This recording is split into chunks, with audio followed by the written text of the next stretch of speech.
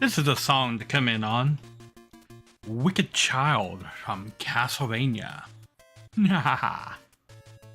Welcome, welcome. I'm back with more programming fun. we are, as far as I know, still going to be playing Playtop this evening. But until then, I'm gonna continue going through the Python that I was going through, and then we can branch off into some of this other fun stuff here. There's intermediate Python, there's NumPy, which is a mathematical library for Python, and then Pandas, I think, is kind of like a hashing thing. It's a bunch of like data structures and stuff that are pre-built into Python. Greetings, Ojo! Welcome, welcome!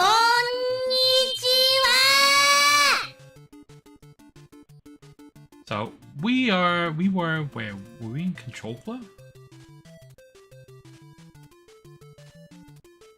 Are there challenges? I mean, I read this, right? Boom, boom, boom, I read this. Oh, okay. Well, I guess I should go back and click on these things. What?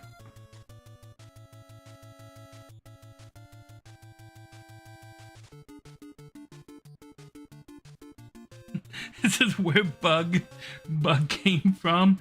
1878, Thomas Edison. You're here for the rude. I mean, programming isn't, right. Programming isn't hard.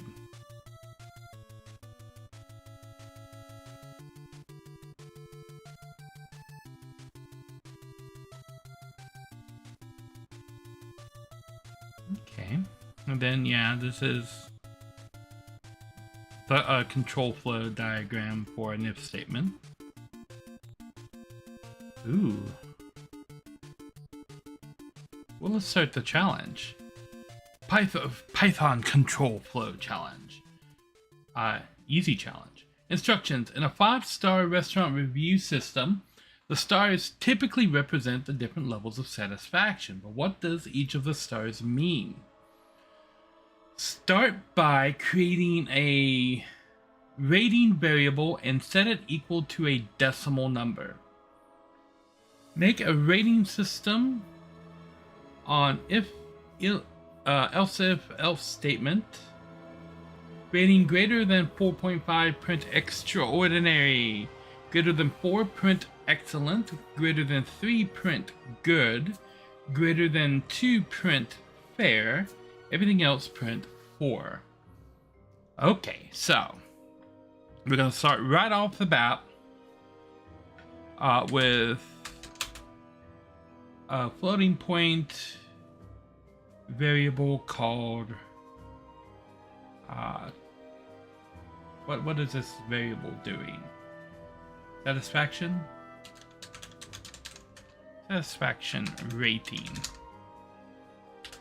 And we want it to be a floating point variable, and we'll set it to 0 to initialize it. Okay, so there's our variable. Make a rating system with an if statement. Okay, so if no, I can't. If satisfaction rating is greater than 4.5, do this.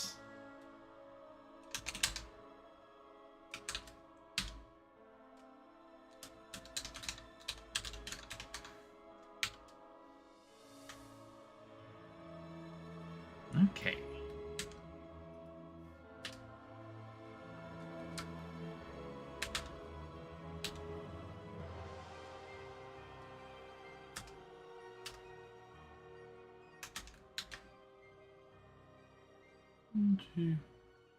1, 2, 3, 4.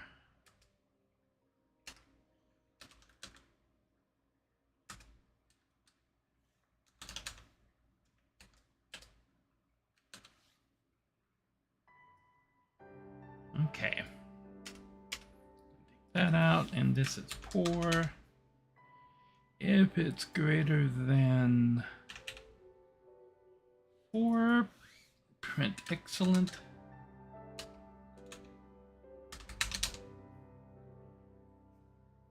And if it's greater than 3, print fair.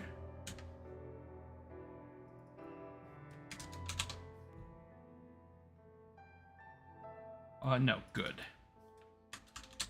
And then this is fair. And then that's 2. Okay, so if it's above 4.5 is extraordinary. Otherwise, if it's above 4, it's excellent. Otherwise, if it's above 3, it's good. Otherwise, if it's above 2, it's fair. Otherwise, it's poor.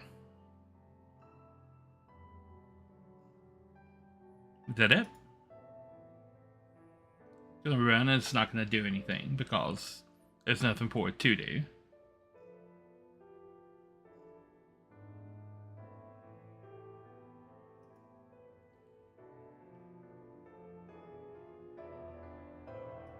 Oh, it wants me to define a variable. Okay. So we'll say 4.7. Oh, did it break? It might have broke.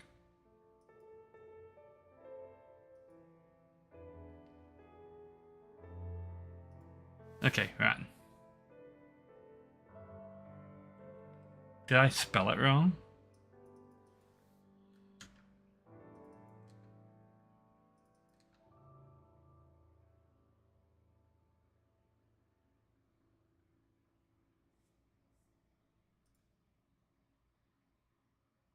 Yeah.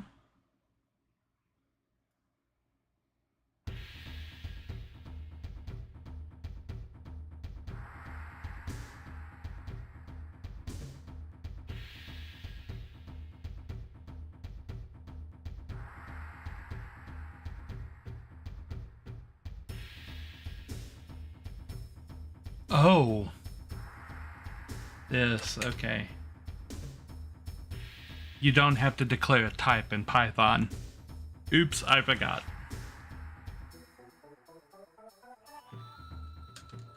It still appears to be broken. Okay.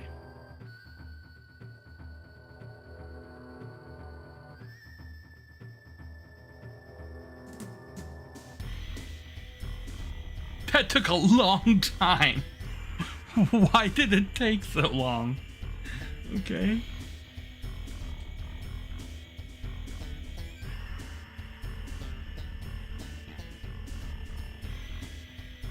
It should say good this time.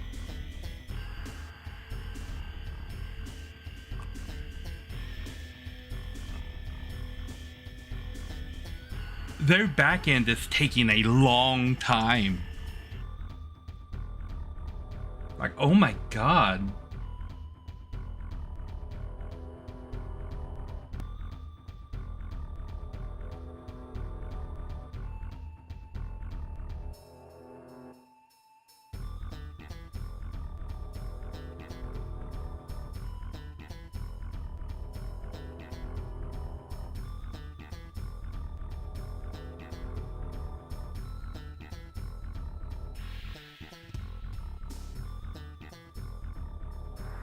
Why is it taking so long?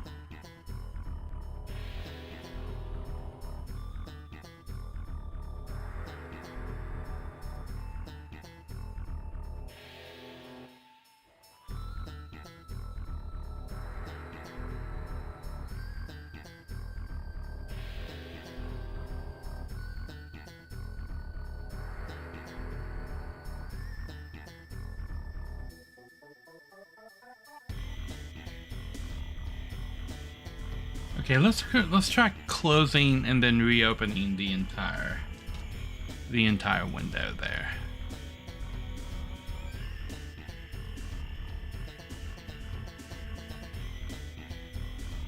Okay.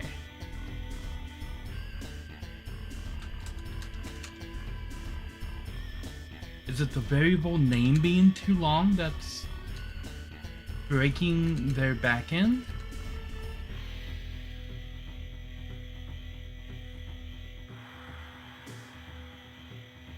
Are you kidding me?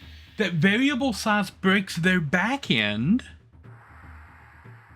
Like, variable name size breaks their backend?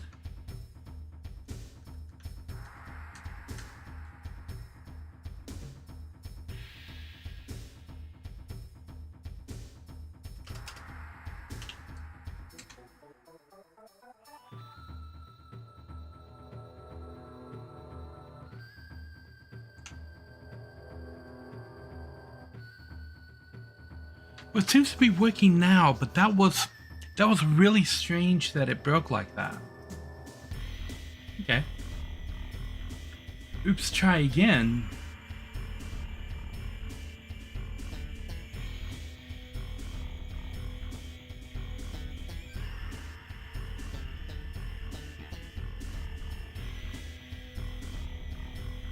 But that's it. That's what they wanted me to do.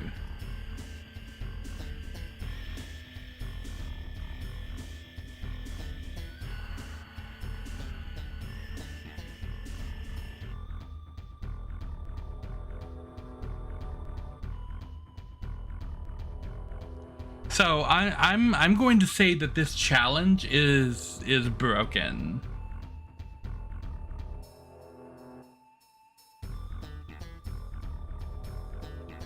Email, well, me.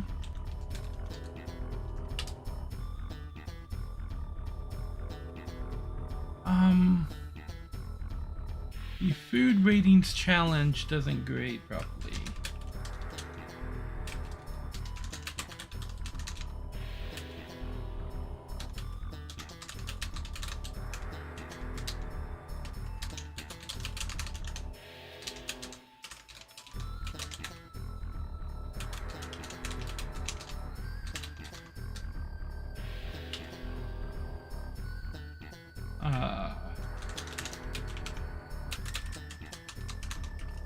Windows 11 and Chrome.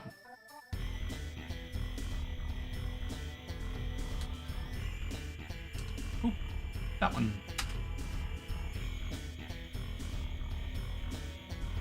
Okay, well, let's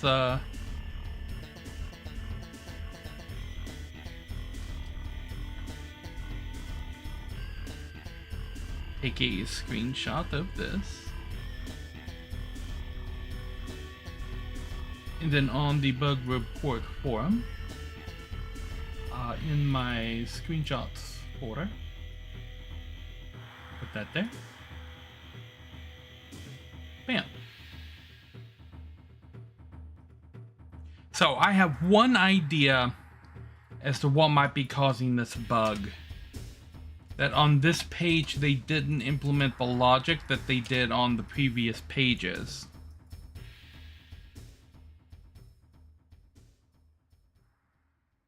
I don't know what's causing this bug that makes the run command on this page not work correctly.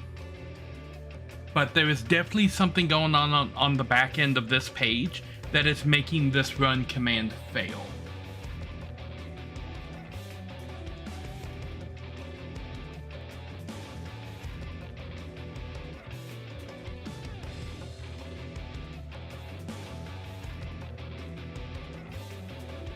I wonder if I can report this in the bug forum here as well.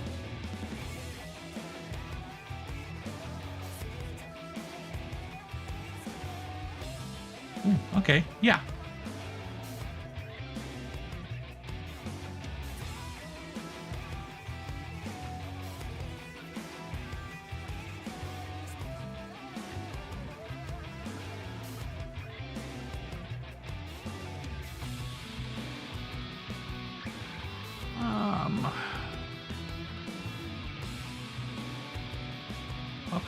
bum, bum. We can worry about that later. Now.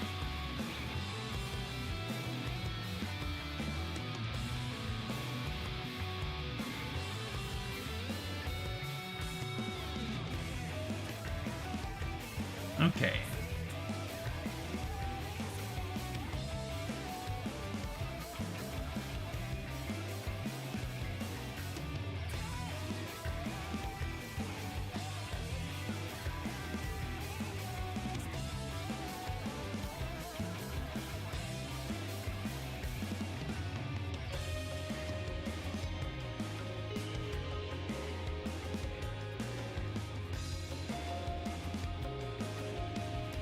Yes, my solution is exactly what's being asked for.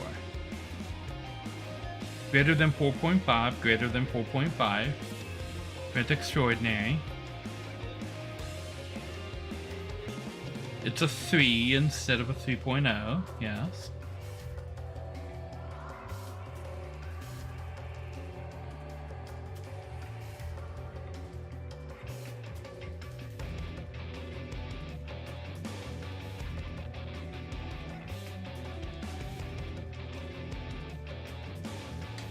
Greater than 3, print good. Greater than 2, print fair. Yeah, this is exactly what they're asking for. I've even gone back and Nubanized it down to be the new coder's way of doing it.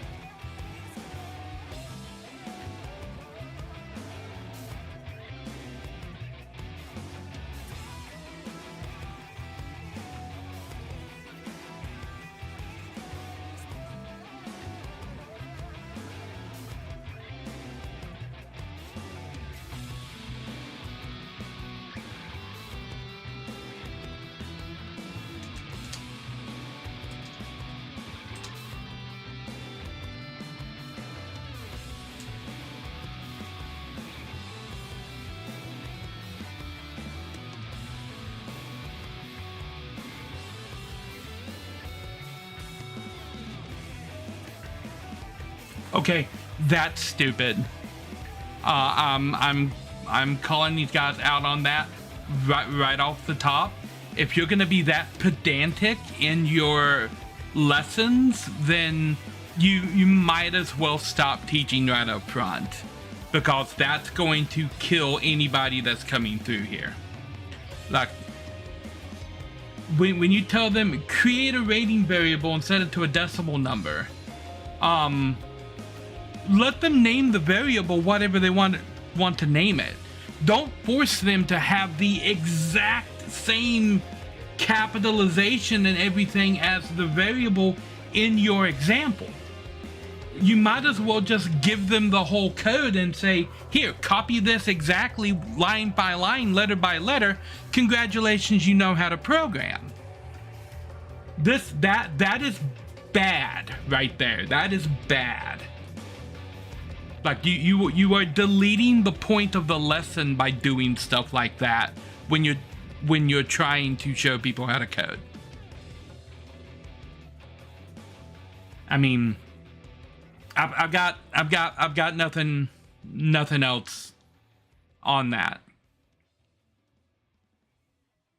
because you're not even showing them the correct way to code a problem like this, because this problem is designed for a switch statement. This is literally what a switch statement is designed to do, and you're having them do it with an if statement, but then you're penalizing them because they don't name the variable exactly what you did. That's bad. It's bad design, it's bad teaching, it's bad everything across the board. So let's see.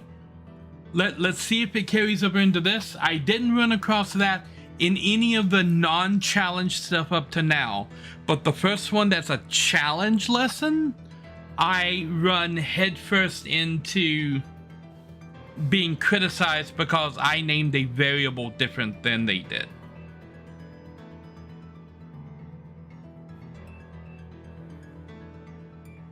Okay. U.S. high schools typically last for 4 years from freshman year to senior year. Ask the user to enter their grade as an integer. Create a 4-year high school grade system using if-else-if statements. I mean, this is literally what we just did in the previous one. I'll just swipe this code right here.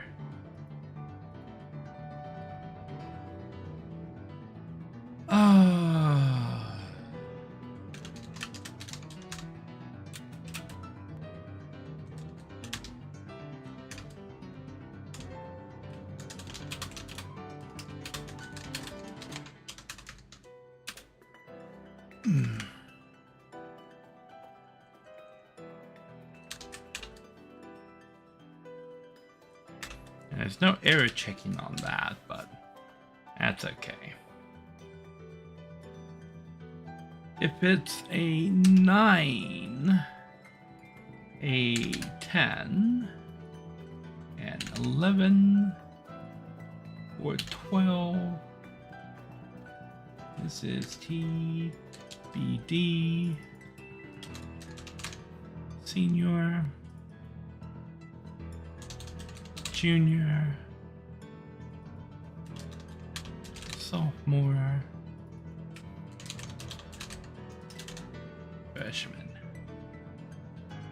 Okay, and that should be asking for a grade. What is the grade? I am in, say, 11th grade. Well, main panel of 5. Rating, oh, duh. Okay.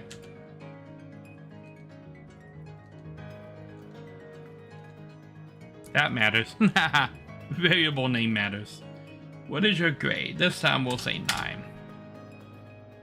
TBD. Why is it TBD? Oh.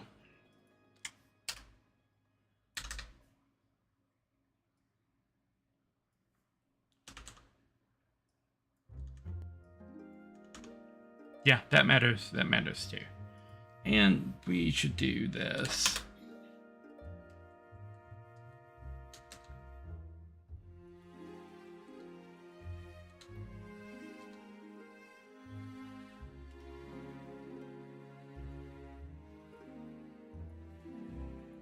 There. 10. There we go. Yeah. Bam.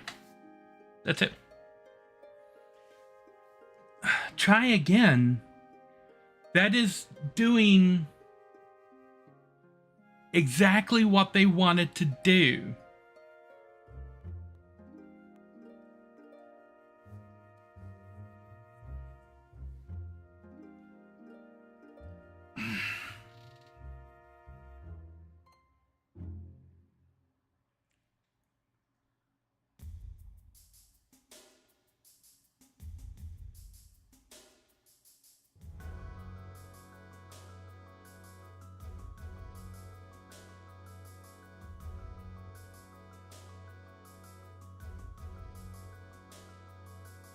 So,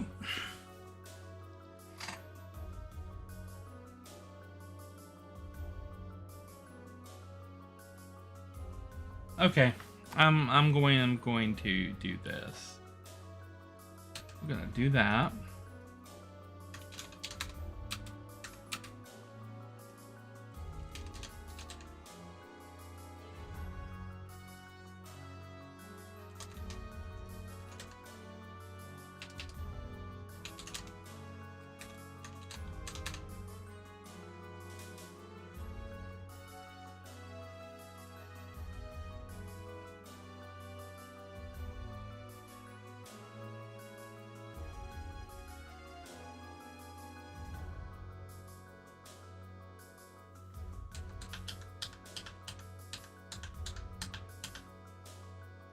So they want that, and they want this called grade. But then I could literally just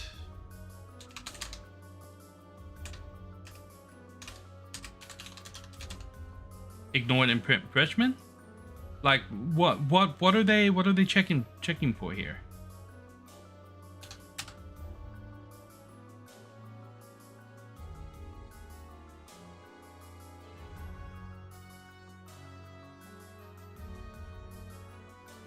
I mean, I literally did all of that stuff before.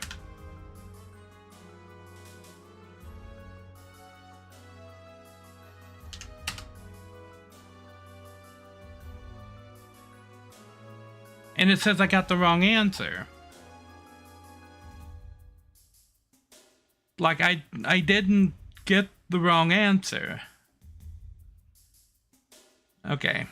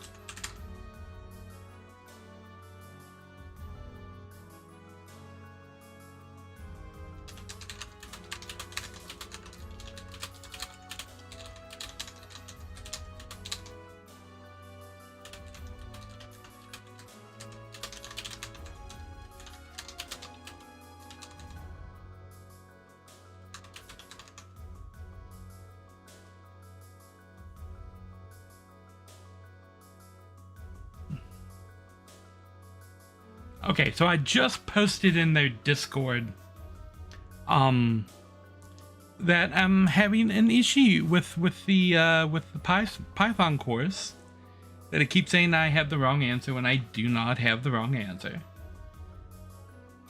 And I invited any of the devs to come take a look.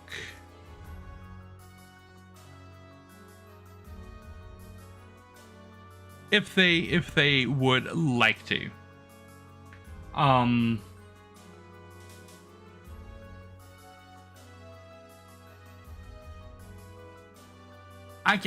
can make it throw different errors.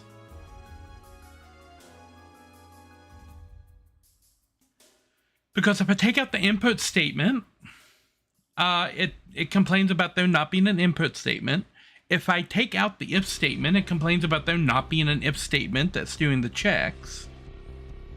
But with everything in there, and with the program running properly,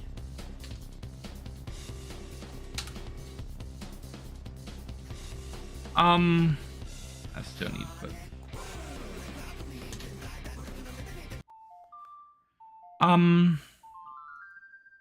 It's still being strange.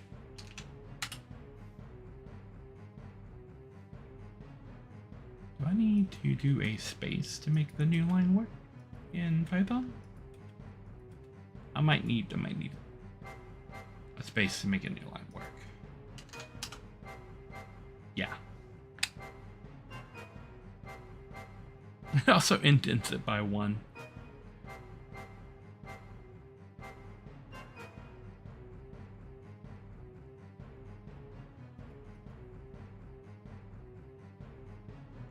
Same thing. Did I define a grade variable? Yeah, it's right there. And it's doing what it's supposed to be doing.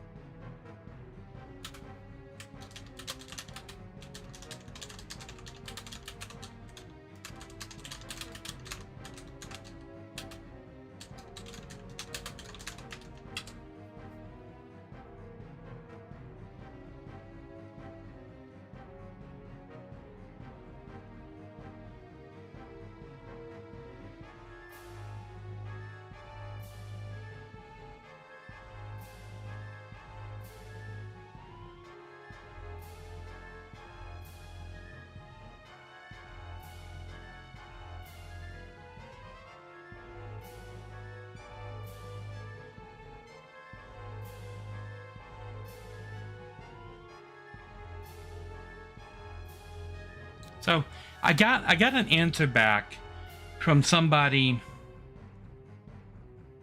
in the Discord saying it expects you to stick close to the instructions. I did stick close to the instructions. And then they mentioned variable names, strings, etc. And so the instruction that is given to me in the instructions is ask the user to enter their grade as an integer. That does not suggest a variable name.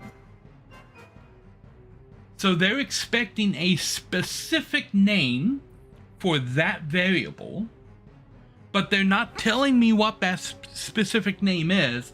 I'm just supposed to keep guessing until I get it right.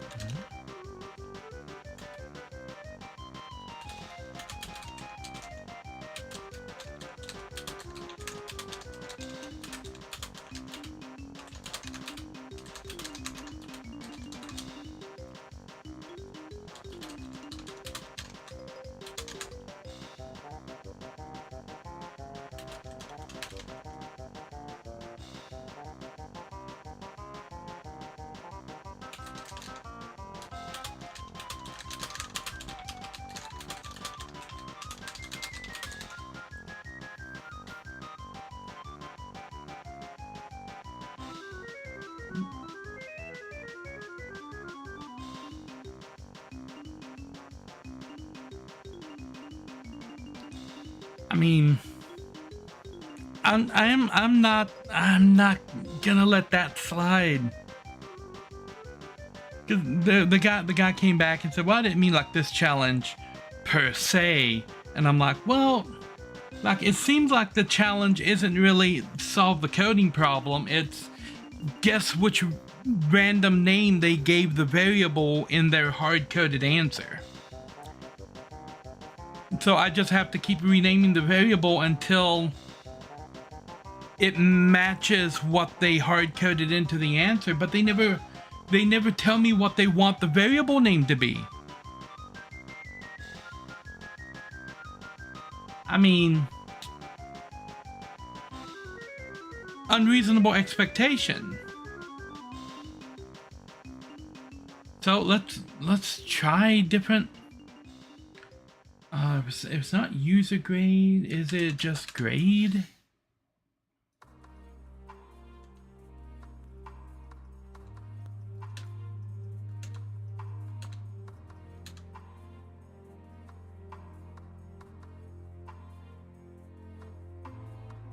Okay, so it's not grade and it's not user grade.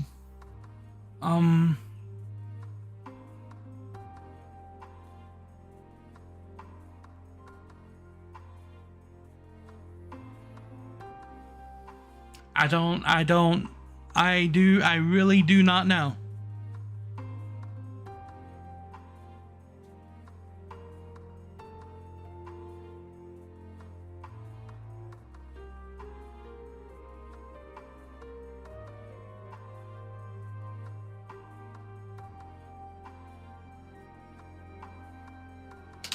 Lowercase g grade. So screw any kind of good naming convention.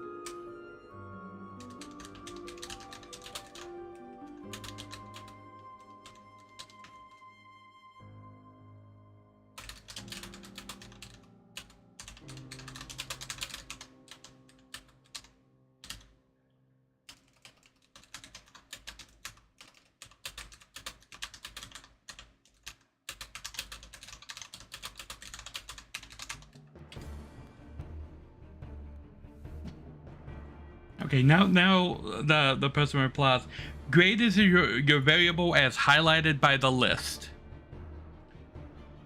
Now what is, look, right here, this is the list that they're talking about. I'm supposed to take from that. Why don't you just say name the variable grade and take the guesswork out of it?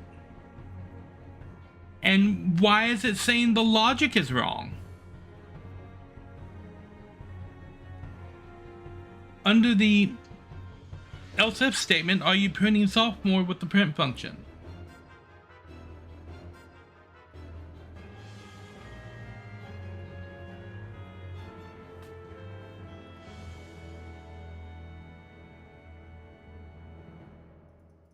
Okay, well, let's see.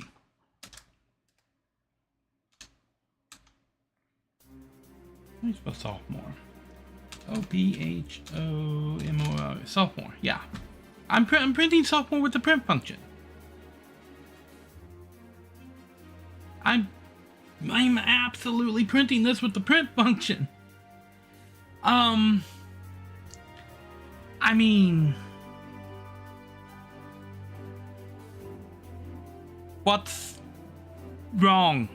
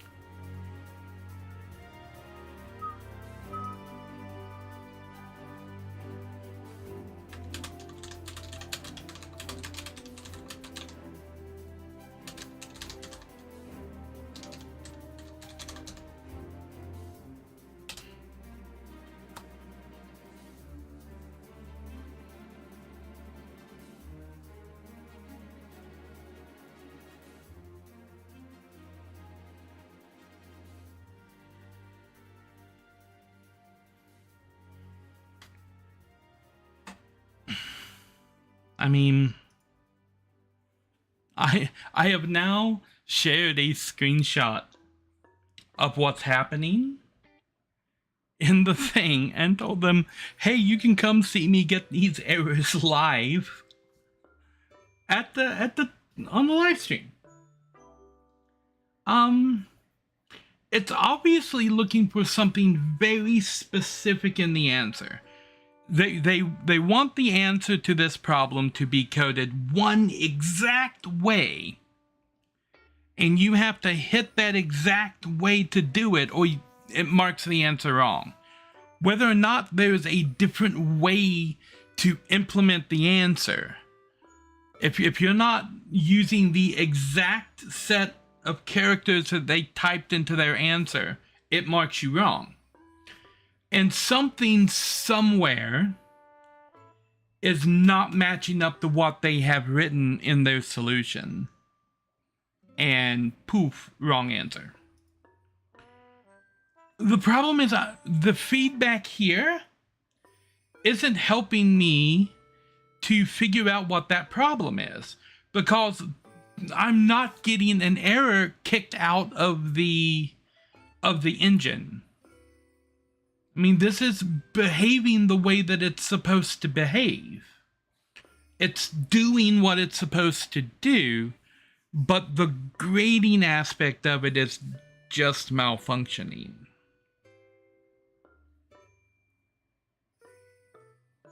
I don't even know if it's a persistent malfunction, because I've got like 4 or 5 different errors right there.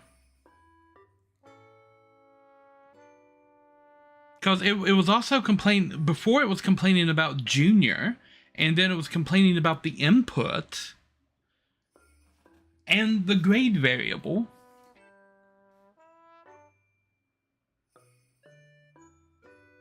So I don't know.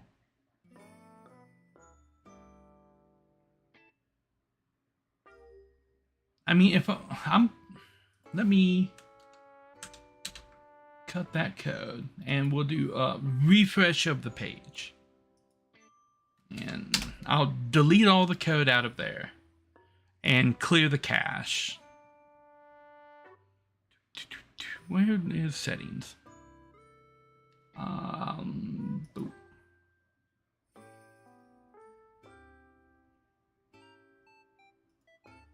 Delete the cache. Okay, so we've cleared the cache.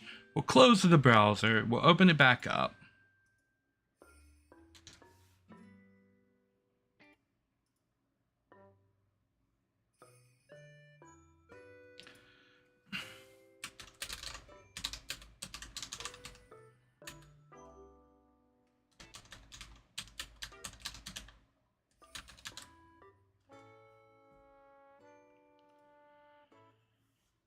Okay. And then we'll refresh. Okay. It's the exact same code that was throwing the error a minute ago. I'm gonna click the button and see if it grades it this time. Did you define a grade variable? Okay. Look for help. Grade. Yep, it's grade. I absolutely defined a grade variable.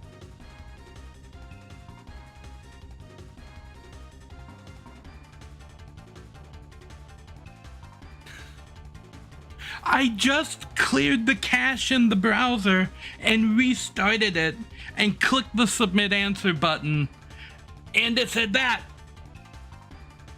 Like, yes, I defined a grade variable. I know I did this right because it works. What is your grade? I'm in grade 2. TBD. It works. But why is it exploding on me when I click the button?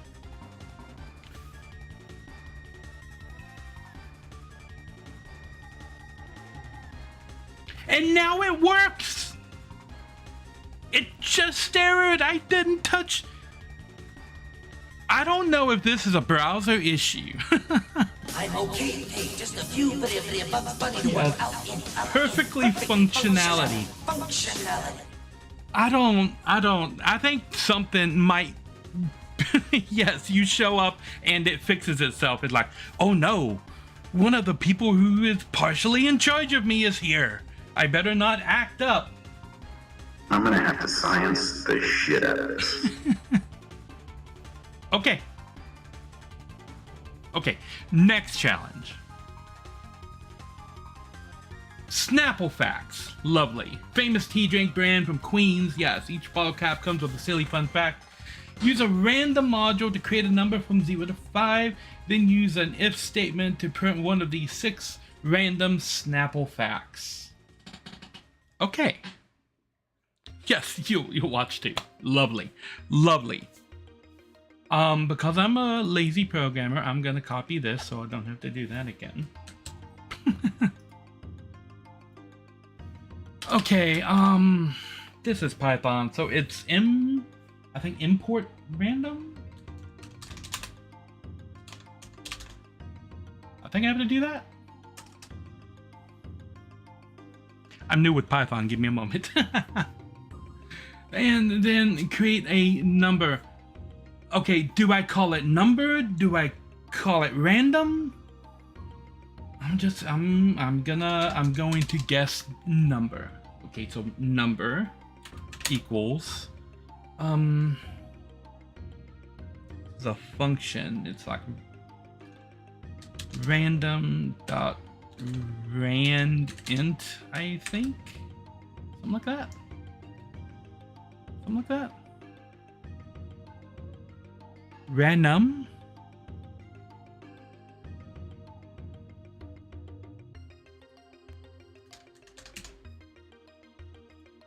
I'm gonna have to Google bumper random number in Python. Randint function, yes. Randint function, random.randint, and then the first number, the second number. Okay, that's okay, I was right. Random.randint, the first number, the second number, and it's 0 to not 2, 5. 0 to 5. So 6 things. Bam. Okay, and then the check. This is going to be random. I need a couple more of these. So that's 1, 2, 3, 4, 5, 6. And this is checking for 0 or 1 or 2 or 3 or 4 or 5. And then if it's, well, I want to do exactly what it says because it's yelled at me for doing not exactly what it says before. So we'll delete the 5th iteration here like this. And I'll just let everything else be the it's illegal to sing off key. And I will store that right there while I copy pasta this to right here.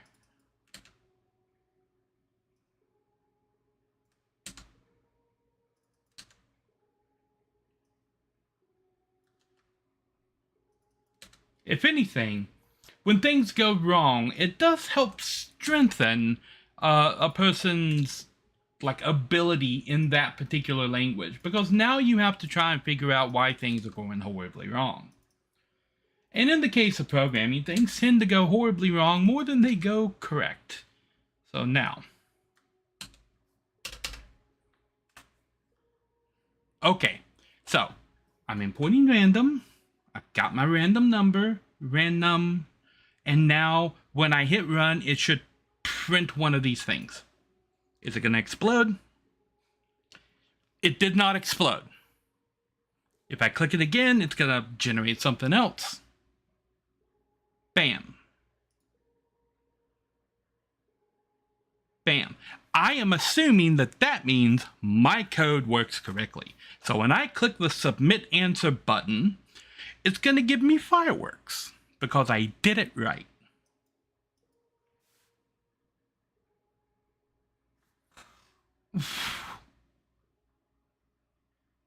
Okay, so if I change this to number like I originally had it, let's see if it still works.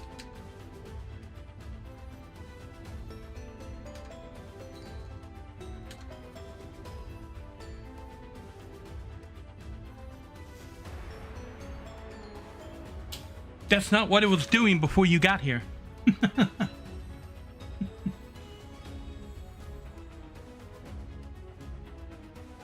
But let's look at the instructions here. It's the instruction that tells me about the variable is right here. And it says ask the user to enter their grade as an integer. It doesn't say that I need to name that variable grade and that it has to be lowercase. That is not a strict instruction. And yet it says grade right here. But still, that's not a strict instruction, because what I had named it was this. Because I typically use camel case syntax for my variable names. And it was marking the entire assignment wrong because I was using camel case for the variable name.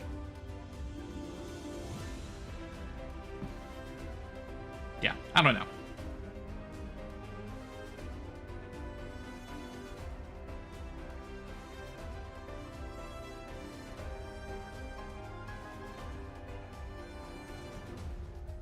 Okay, so I'm gonna assume with this instruction that it wants me to name the variable month all lowercase, which is not something I would normally do with a variable, but that seems to be what it's asking for specifically.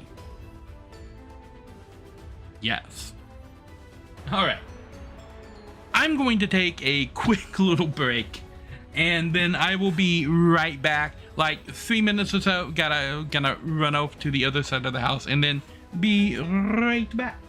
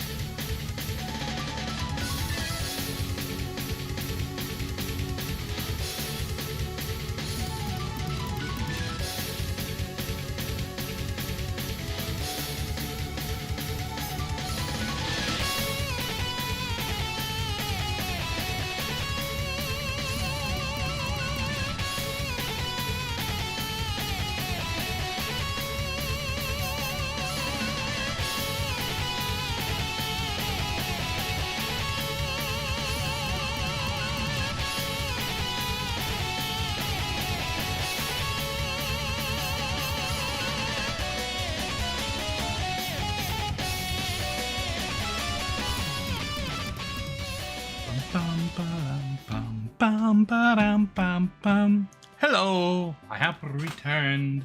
Okay, seasons of the year. We're gonna do this right the first time, every time. The 4 seasons of the year: winter, spring, summer, or fall. Or fall?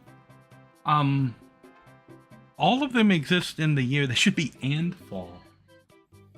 All you have to do is ask the user the month number using the input function. Check for the 4 seasons using an if statement and logical operators. If the month is 1, 2, or 3, print winter. If it is 4, 5, or 6, print spring. If it is 7, 8, or 9, print summer. And if it is 10, 11, or 12, print autumn. Everything else is invalid. Okay. Month. All lowercase, like it says right there. Month. Equals. We want to typecast that to an integer, and we want that to be a user input.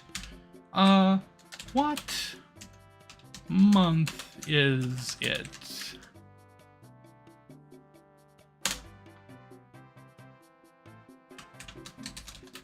Enter a number.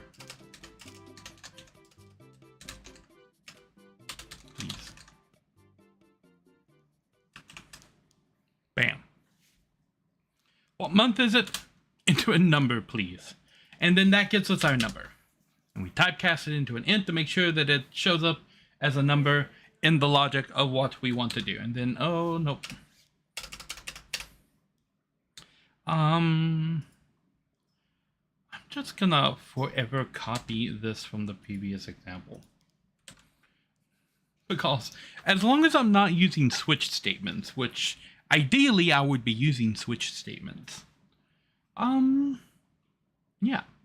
So if the number is 0 or it's not number, it's month. If month is 0 or month is 1, this is not 0, this is 1. It's not an array, Nari, it's not 0 index.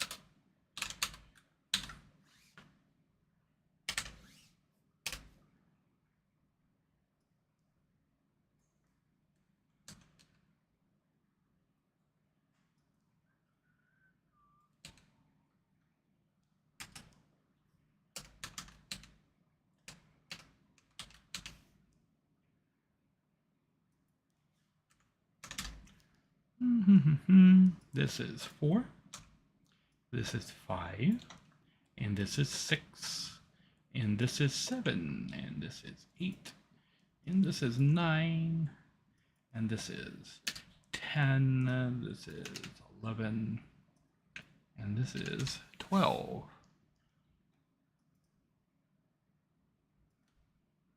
Winter.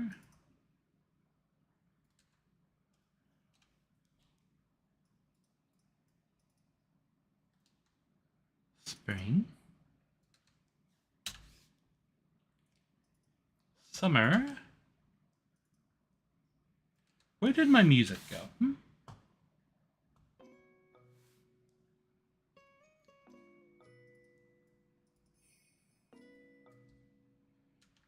Autumn.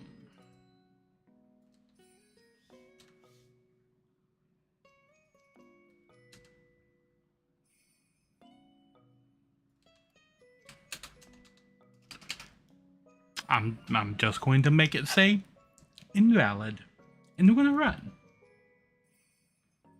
And then what month is it? It's 10. Autumn. Submit answer. Is it going to explode? What's it taking so long? Aha! Aha! It worked. Nah. Next. Oh, this one is hard. The year is 2199. Oh, that's very specific.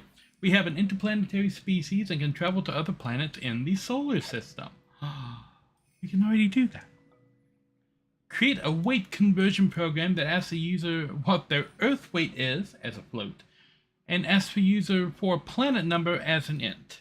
Then use an if statement to calculate the user's weight on the destination planet. To calculate the user's weight, destination weight equals Earth weight times the relative gravity. If the user enters a planet outside of 1 to 7, print a message that says invalid. What? Why did that word just explode? Invalid planet number. Mercury, Venus, Mars, Jupiter, Saturn, Uranus, Neptune. No Pluto? How do you stand on Jupiter? That is weird.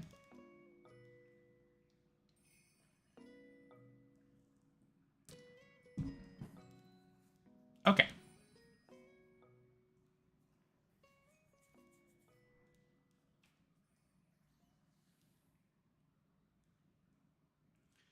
I mean,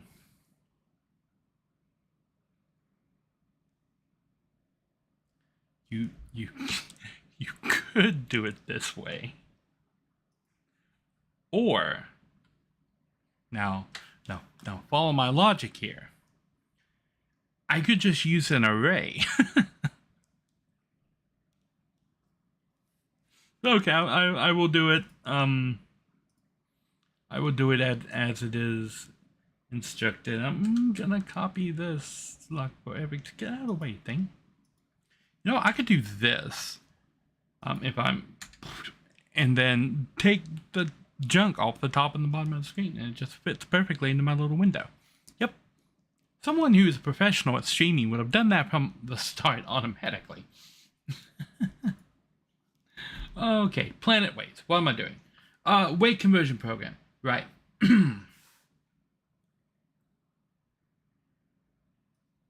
Ask the user what their weight is as a float. It's not telling me. It's not telling me a variable name. So I'm going to assume user weight is okay, because it doesn't say that I should use just one thing. Because here it says Earth weight. Should I use Earth weight as the variable?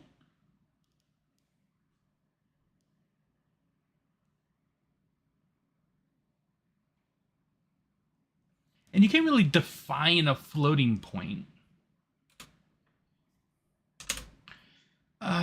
Is it float the typecast? Input.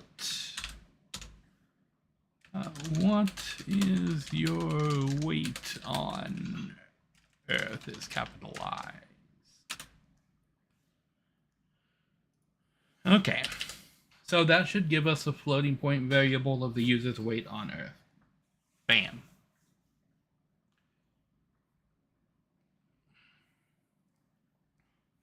Okay. Target planet equals integer. Okay. Typecast that to an int. Input.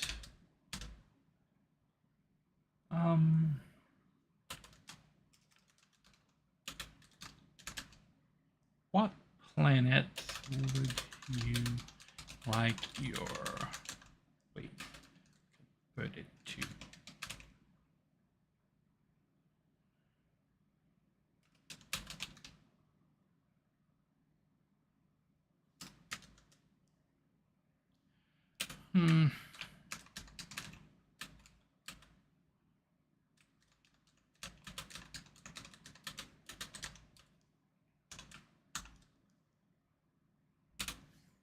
Okay, so what planet would you like your weight converted to? Enter a number between 1 and 7.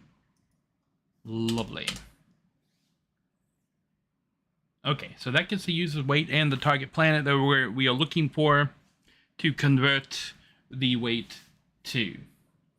Then use an if statement to calculate the user's weight based on the destination planet.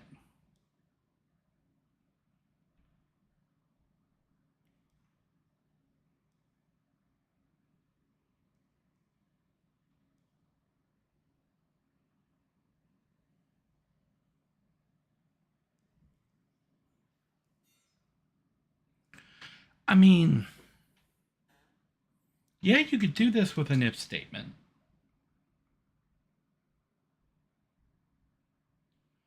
Or I could just do this with an array.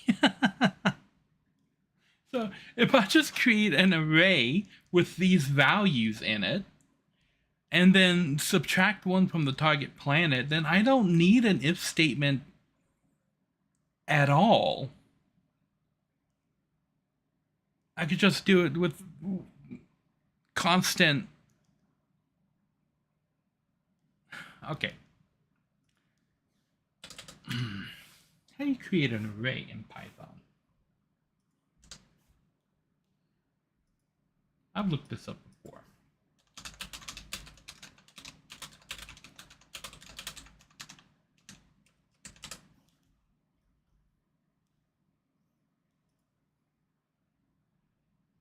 You have to import array, really?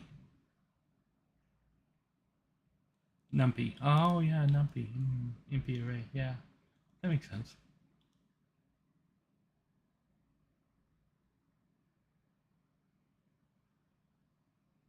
List, huh?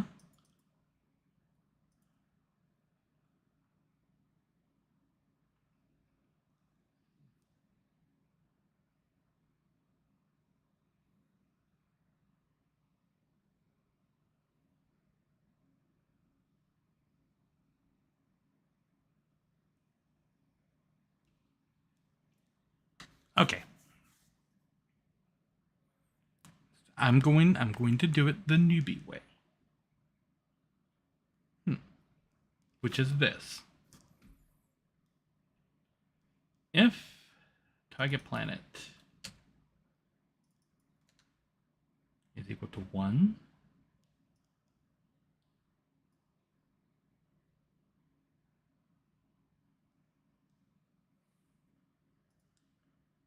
or target planet is equal to 3, I'm still going to optimize it.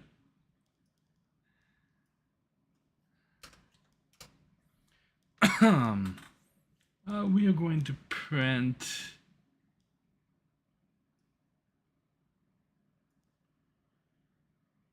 user weight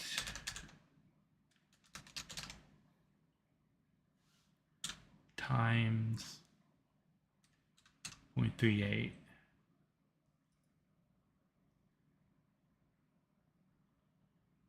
And this should be typecast to a string.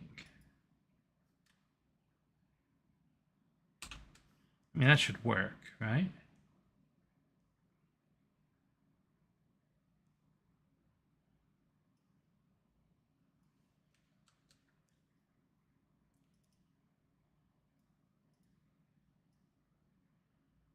Boop.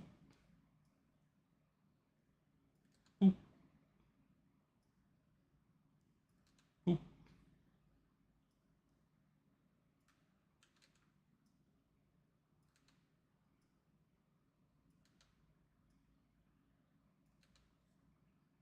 Uh, 2. And if it's equal to 2, this is a 0.91. If it's equal to 4, this is a 2.53. If it's equal to 5, this is a 1.07.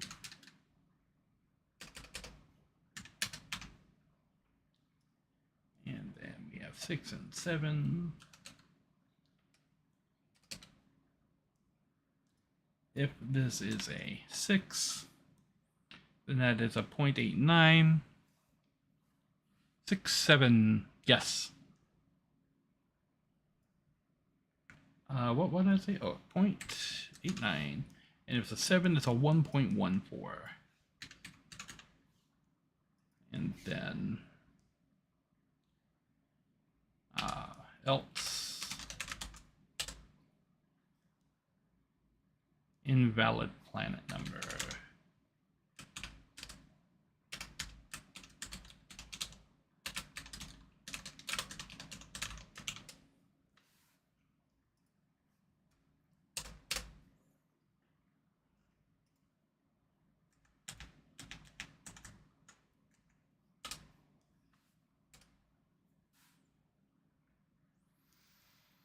Okay, let's see if I made a syntax error. What is your weight on Earth? 180. What planet would you like your weight converted to? 4. 455.4. I assume that is correct. What was number 4 again? 2.53. Roughly, yeah, that's about right.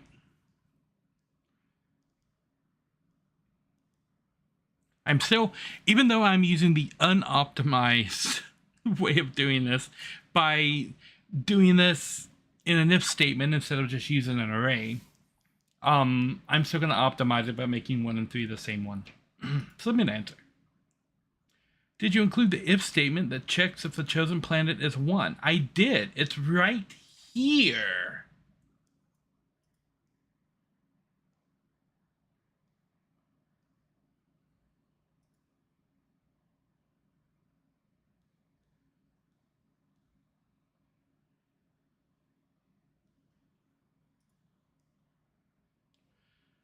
So you have to do everything.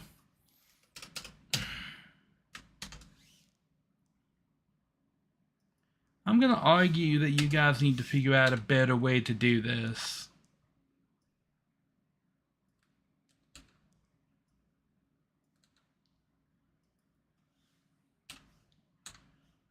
Because with doing it like this, you're not actually testing if the person understands the logic behind the exercise. You're testing their ability to copy your exact answer for verbatim. Because if you were in any other kind of situation doing what I did right there, instead of duplicating the process, because both of these are exactly the same, you would combine the two together using the structure that has already been taught in these lessons, the or attribute right there. If target planet is 1 or 3, that should work. It's already been explained in the lessons. But I can almost promise that's what it was complaining about when I submitted it the first time. Did you calculate the destination weight for planet 1? Yes, I did. It's right here.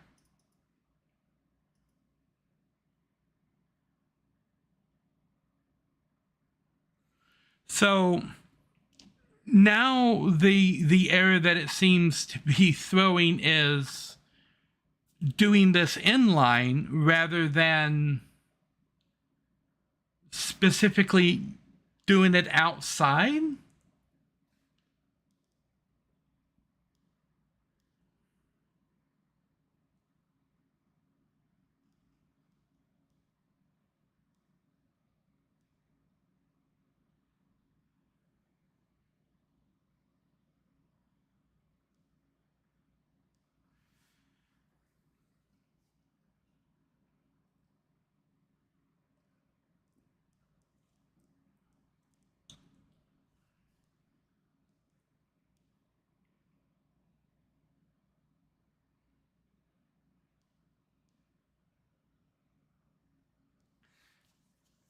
So like the problem, my music is gone again. The problem that I'm running into right here is that it's not looking for a proper solution to the problem. It's looking for a verbatim answer of what the developers put in. And I have no context for how they want me to solve this. Do I have to make this variable exactly? And do I have to set it up exactly like this?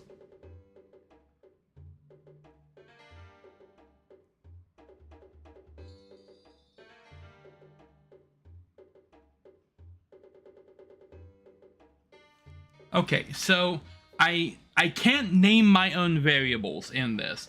I have to use the variable name that they have already come up with. Which is already not a good thing to do to programming students. Let them name the variables what they want to name the variables. Okay, so planet has to be planet, and it has to be all lowercase, and it can't have any other thing associated with it. This variable has to be called Earth_weight. It can't be called anything else.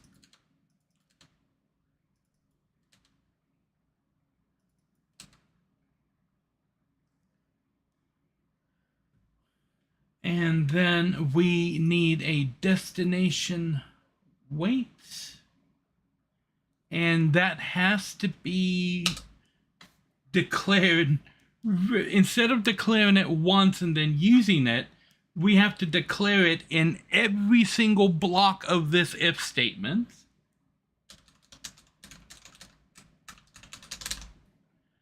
And then that has to be Earth_weight.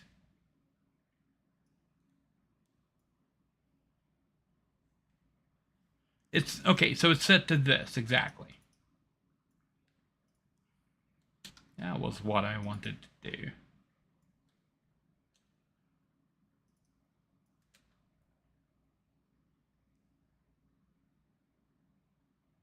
Okay.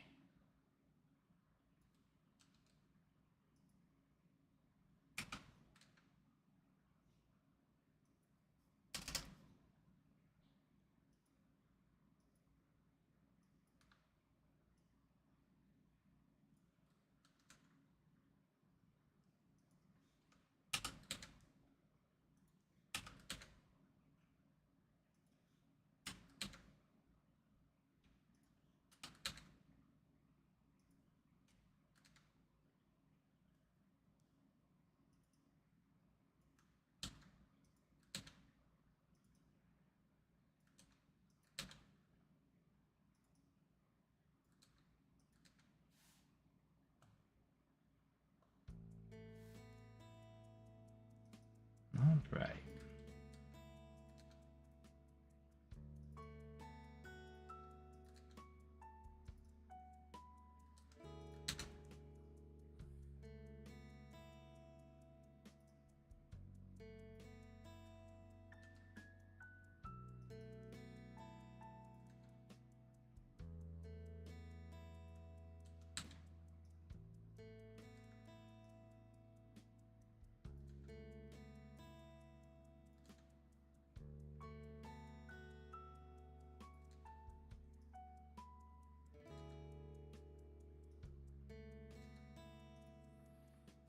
Okay, so is that what they want?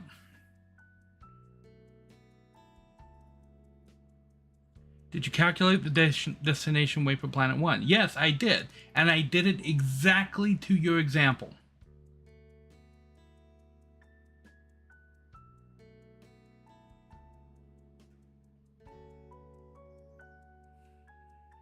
I mean...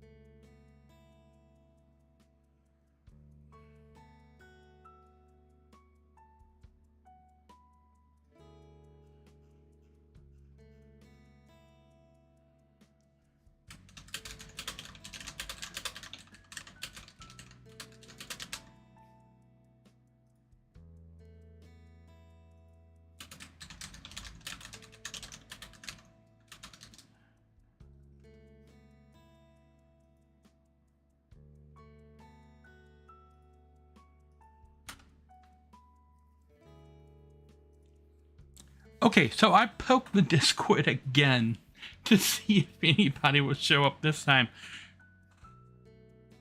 Because I'm following the instructions exactly. I mean, this is exactly what they have. If planet is equal to 1, destination weight is equal to Earth weight times 0.38, print destination weight. Does it run? What is your weight on Earth? 180. What planet are you looking for? 1. This is 68.4. Okay, so it works. But if I submit answer, under the if statement, did you calculate the destination weight for planet 1? Yes, I did. I did. It's right there. It is the same.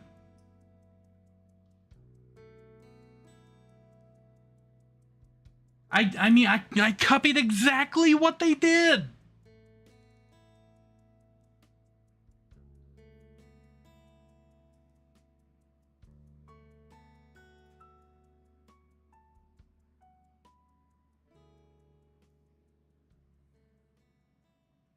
It's complaining about this right here.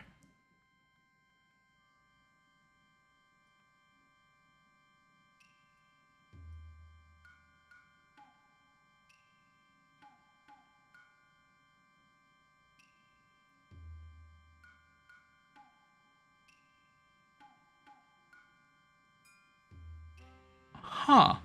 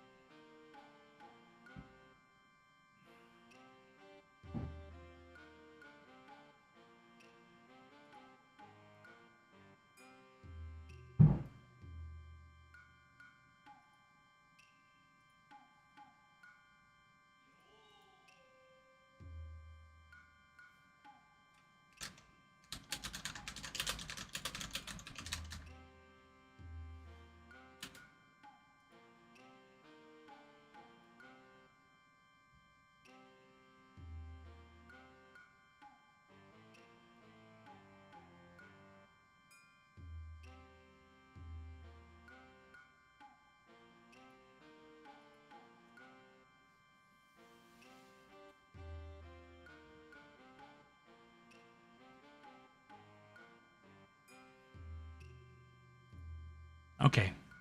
I have made a picture and posted it in the Discord. Maybe I can get an answer. I mean, it's not, the challenge isn't difficult. The difficult part is figuring out exactly how they wrote it.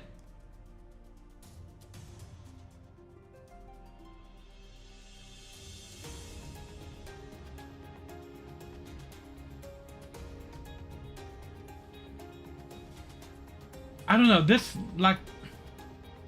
is the same.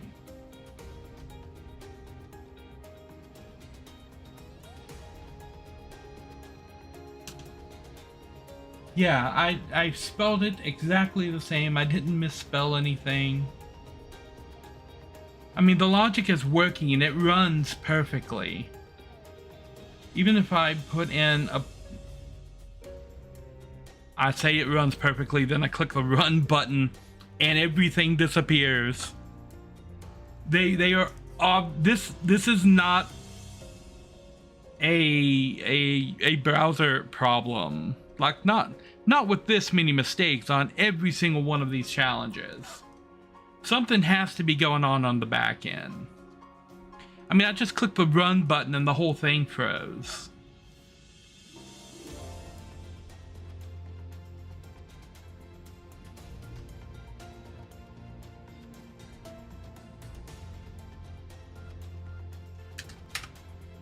Let's say we want planet 67. It should say invalid planet number. Okay, yeah, it does.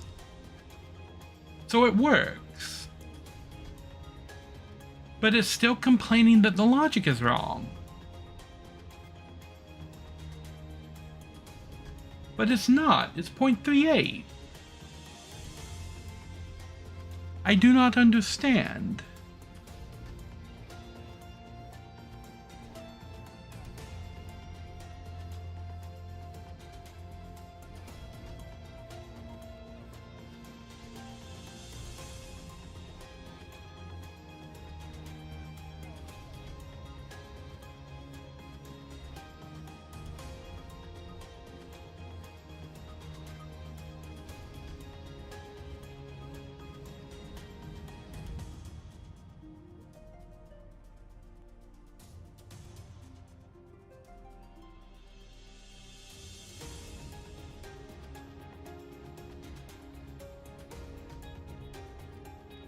Okay, so people are typing on the Discord. Maybe I will get a solution as to what's happening with this one. It's interesting that the Lil Moyo was in here, who is one of the people on the Discord. And while they were here, it was behaving. And then I went on break. When I came back, I assumed they left to go off and do other more important things. And then the very next challenge, it's doing stuff again.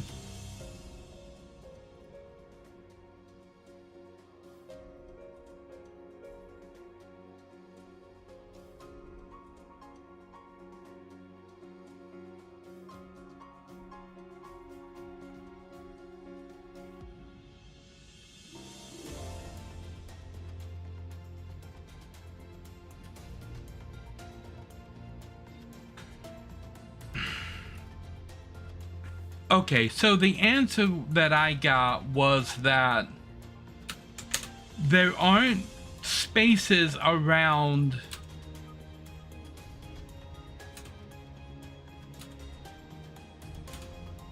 the signs here that's doing the multiplication, because I have it together and I don't have it spaced apart like this. That was the issue that we were running into as to why it wasn't grading it.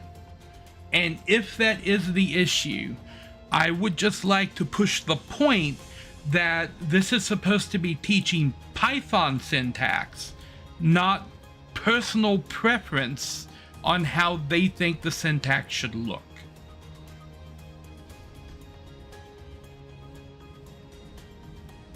That's not what was doing it.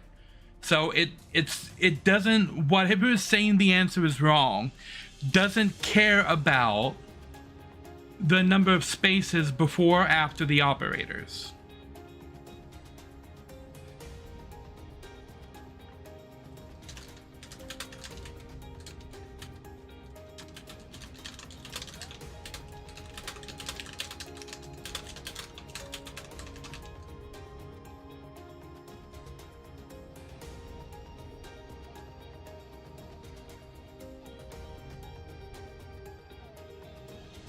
I mean, I guess it was a good guess. Like, programming something to check code like this is not a simple thing to do. I don't know what method they're using to check the code to make sure that it's producing the correct outcome. But it's still generating the same response. Under the if statement, did you calculate the destination weight for planet 1? Yes, I did, and I did it exactly as it's stated right here. Destination weight equals Earth weight times 0.38. I mean, that's the correct code.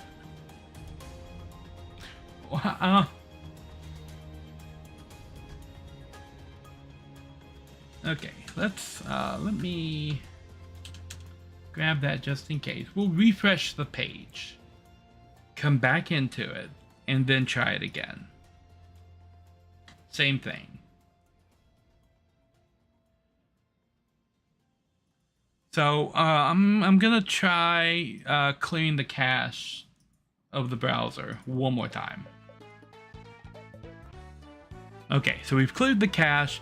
We close that out. Let's open it back up. Okay, it still remembers this. We'll change it to the spaced out one. Hit the button. Same thing.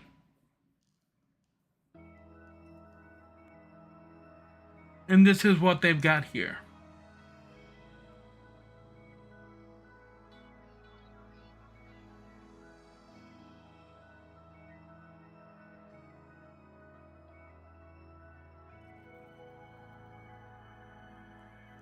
So it might not have even been complaining that I combined 1 and 3 together if it was complaining about something else entirely.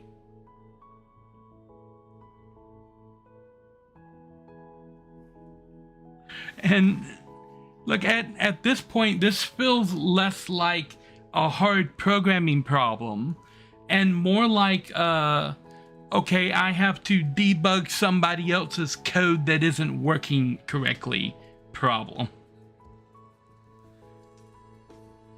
And like that kind of a problem is fine to have if it's like in a more advanced class. Like for advanced Python, throw them a piece of code that doesn't work and tell them to fix it. That's fine.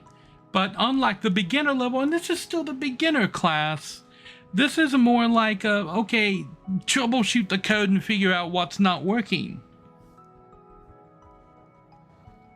I don't think it's a browser issue because I refresh the browser, I clear the cache, I close it down, I open it back up, and I'm still getting the exact same problem.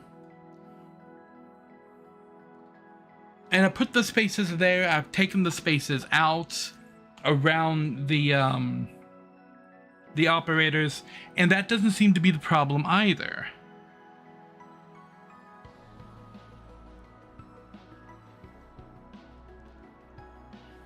I mean, I'm using the right numbers. 3891. Well, right now it's specifically complaining about the first section, which is 0.38. 0.38. Number 1, yes.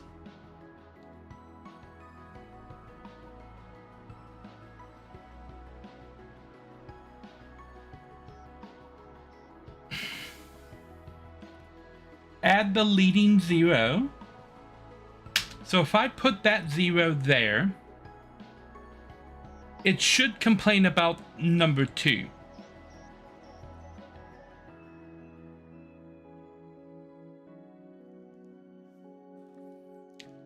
It's a leading 0.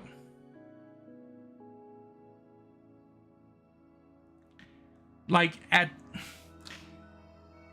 that point, if that's enough to throw off the answer calculation, perhaps you need to rewrite the answer calculation.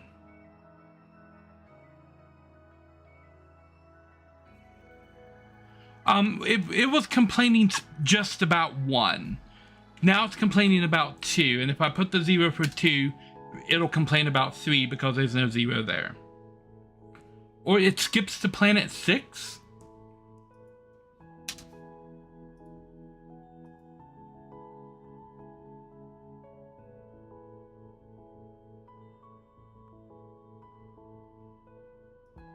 Yeah, that one is on me. Okay, so it's not even logically consistent within their own solution. I should point out here, it's requiring a leading 0 for 1. It does not require a leading 0 for 3. Whatever is happening on the back end that is checking these answers needs to be redone because it is not working correctly.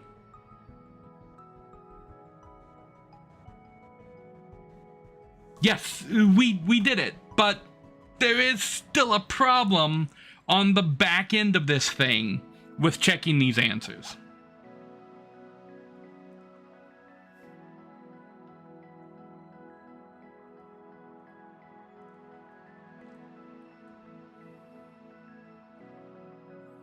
Because if I now run this and put it in for planet 3,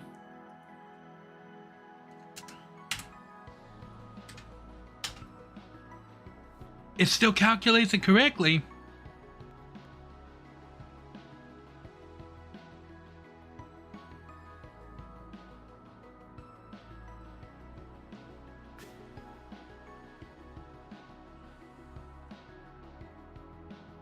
Yes, I know that writing these and checking the answers for these is very difficult, but if it's going to be this specific, there should be a note here saying that you need to include the leading zeros in the calculation. That way somebody won't assume what they've been taught in mathematics from the time they were in the first grade up through college, that the leading 0 doesn't matter. Because ultimately in the calculation it doesn't matter. It does calculation the same way whether the leading 0 is there or not. But if the 0 is required for the solution, there needs to be a note here saying the leading 0 is required for the solution. And if it's required for the solution, it needs to be required for every step of the solution. It's not. It skips this one. So you don't need the leading 0 just randomly on planet number 3, but you do need it on planets 1, 2, and 6. That's an inconsistency, and those are inconsistencies that can really confuse the people that are trying to legitimately pass this thing. Like, if you're going to require something like that, it needs to require it across the board, or not require it across the board.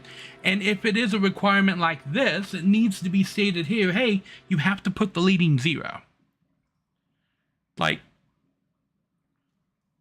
it with this passing and failing literally in one example 7 lines apart, it's enforcing a rule and then ignoring the exact same rule. I don't know how you can give that a pass. Like, especially, like, this was 5 challenges, and out of the 5 challenges, 3 of them had errors like this. Like, if this was just, oh, this one challenge has this one problem, you know, that I can kind of see it. But this is the 3rd challenge that's had this kind of an issue with it. And it's partly an issue of something on the back end. There's a typo somewhere. Like I don't know how they're checking this, but something is not performing as well as it should with that check. And then the other part of it has just been naming conventions where I'm trying to figure out like what you want me to name a variable.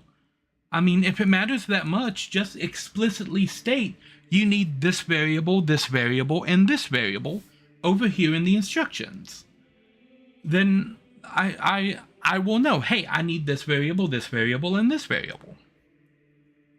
I mean, if you're going to require that level of precision, you need to tell the person that's doing the challenge that they need to implement that level of precision.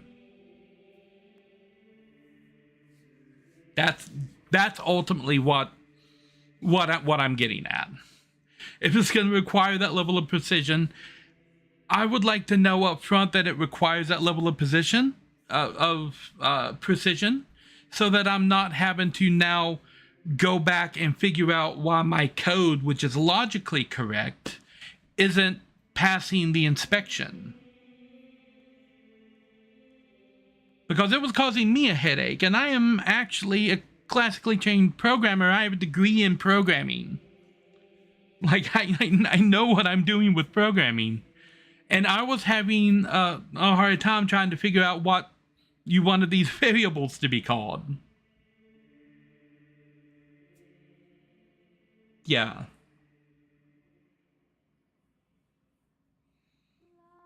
I can imagine this being very, very frustrating for a new programmer that's trying to figure this out. Especially with inconsistencies in the grading process on the back end.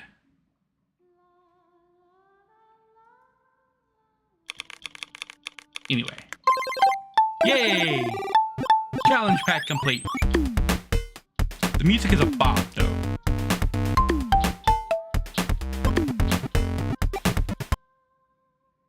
Okay, back to course.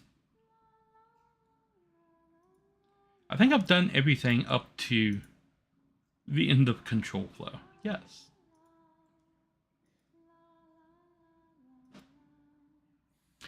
And, like, to be fair, that little challenge section was the only part that I had been having any kind of a trouble in up until that point. The last time I was playing through this was on Friday. I had no trouble with any of the challenges or the lessons on Friday. Everything worked perfectly. So yeah.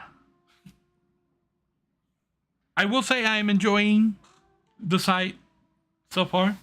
I'm using this to get up to date on Python, which is not a language that I was traditionally trained in 20 years ago when I was in college taking programming lessons. Bank of Codex. Okay, enter pin, loop.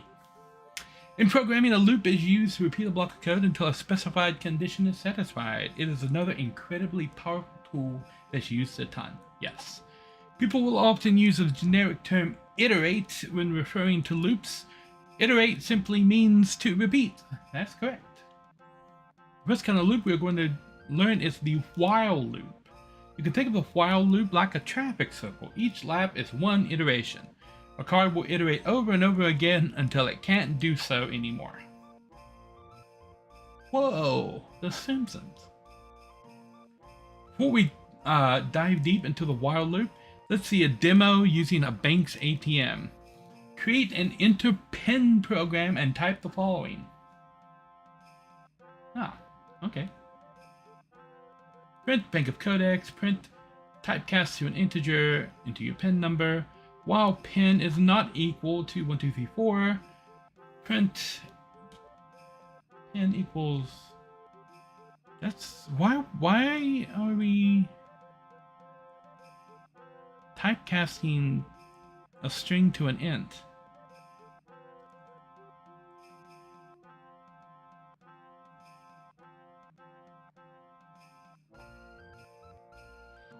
Oh, you're looping the input command. That does say while, doesn't it? Yes, it does.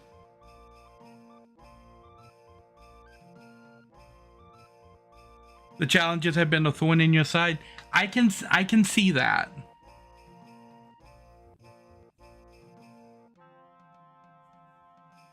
But this is nice. This is an elegant little piece of code.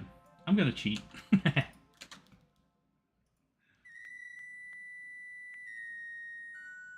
Into your pen. It doesn't star out my pen. Incorrect pen. Into your pen again. Oops. Oh no. Is that gonna break it forever? Yes.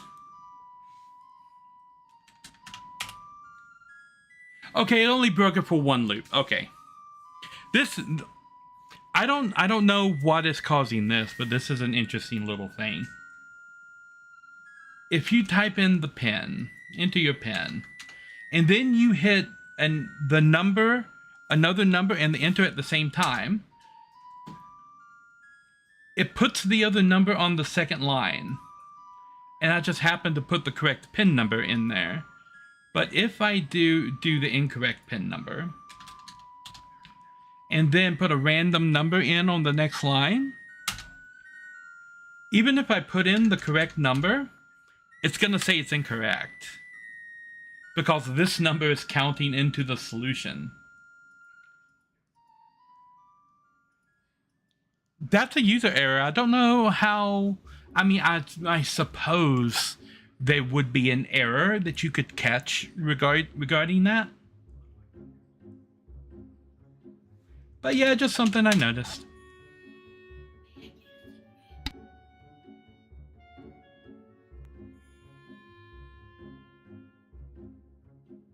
One moment.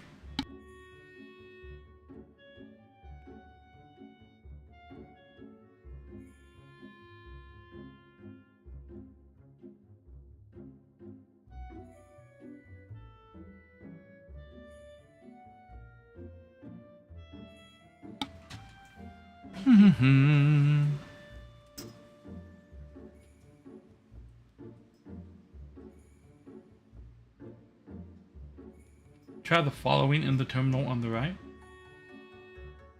Okay, well, let's see. Oh. 1111. 2023. 1991. 1, 2, 3, 4, and that 1, 2, 3, 4 gets it. Been accepted, yes. And this is nice. The hints and the solutions being shown over here, that's pretty cool. Submit to answer. It should be the right answer because I literally copied the code from right over there. While loops, yes. Guess the number.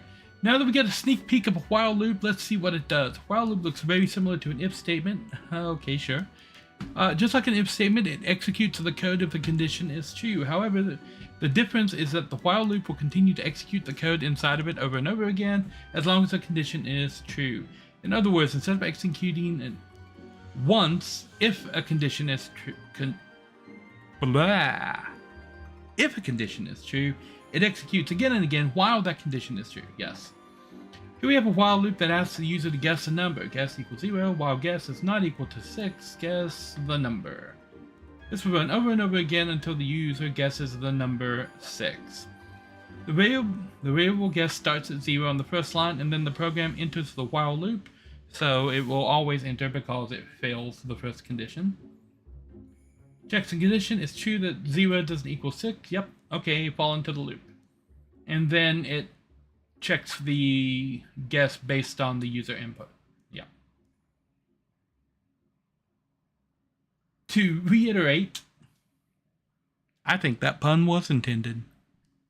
At the beginning of each loop, the condition is checked. The moment the condition becomes false, the program exits the while loop and continues on from the line after. Note, if the condition is false from the get-go, then the code block won't run at all, it'll just be skipped. Let's continue from the code above. Create a guess.py program and type in the following. Yay, okay. Run the code a few times so that you understand what it does. Guess is initialized to 0, while guess is not equal to 6. Guess is equal to an integer typecast. Input. Guess the number. Once they guess the number, this is indented, is it not? Quite. Oh, syntax is gonna murder me.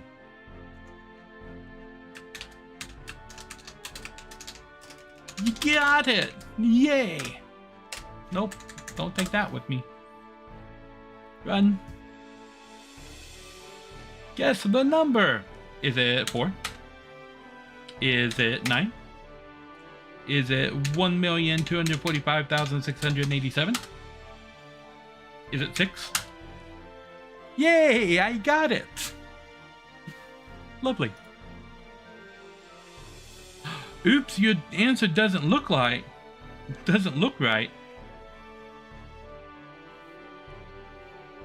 Why doesn't my answer look right?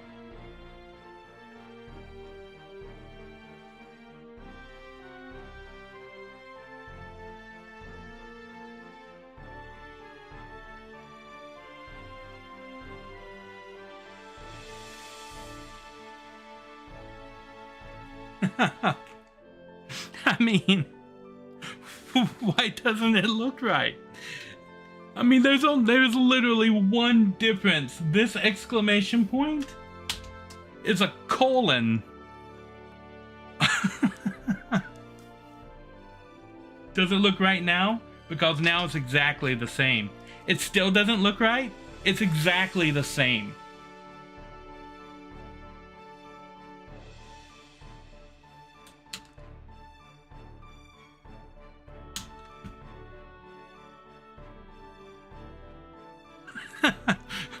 The copy-pasted answer doesn't look right.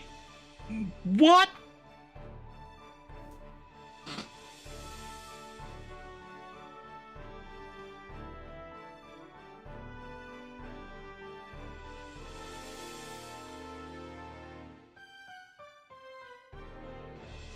Oh, introduce a tries variable. Okay, that one's on me.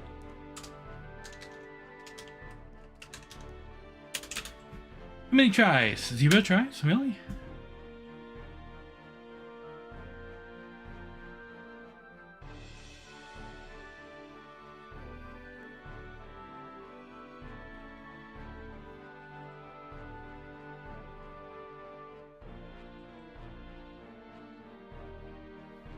I mean, okay, well, let's give it 3 tries.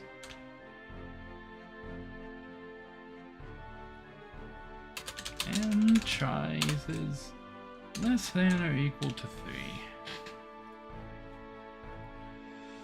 No, I get 3 tries. Is the answer 4?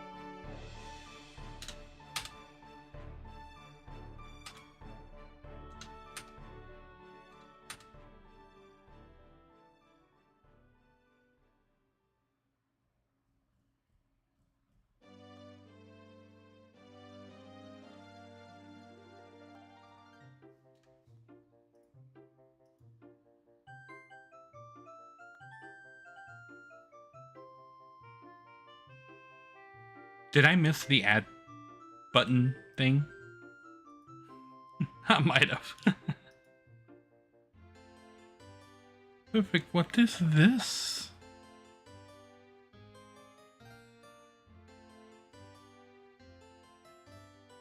At 13 soon. Yes. Okay. I'm going to take a quick little break. I will be right back.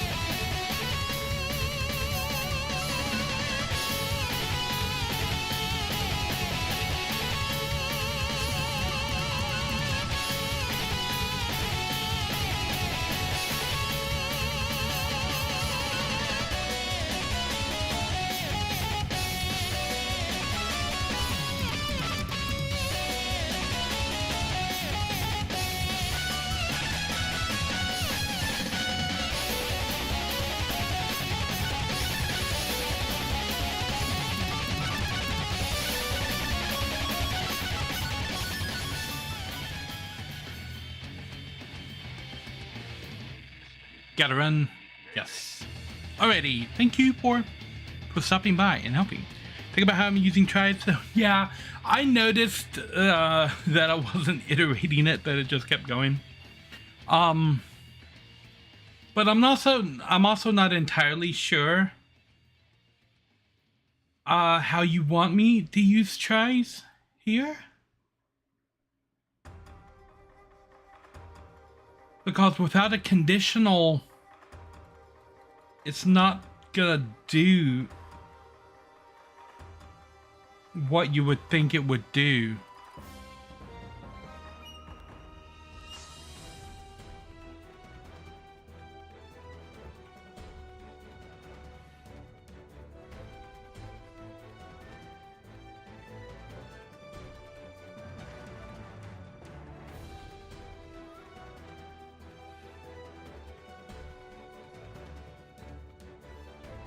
Does it work?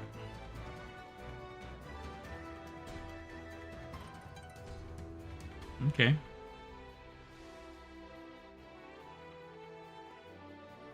So by adding tries in like that, we also have to add an if statement in here that's checking whether how many tries have passed already.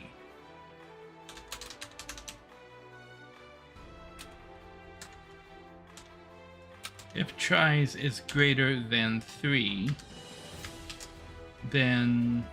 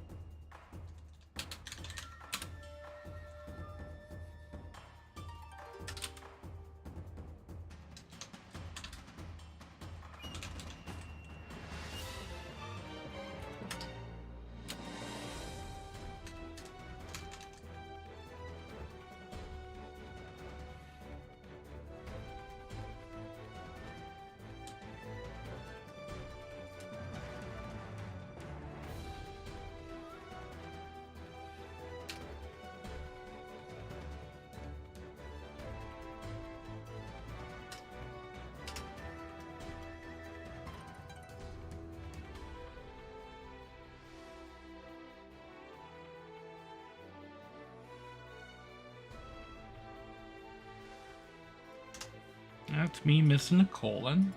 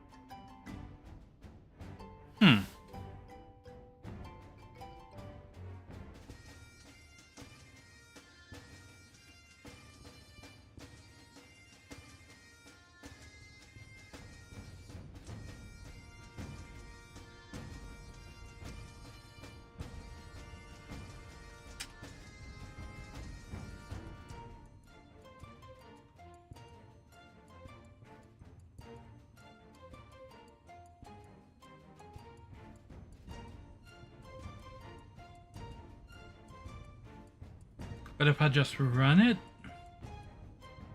it invalidates itself?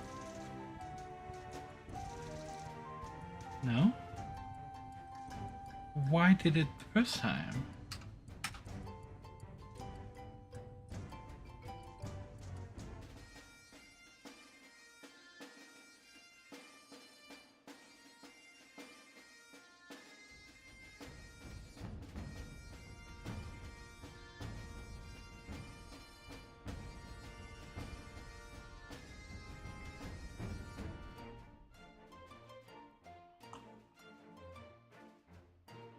By adding this condition in there, you can't do it with just a loop.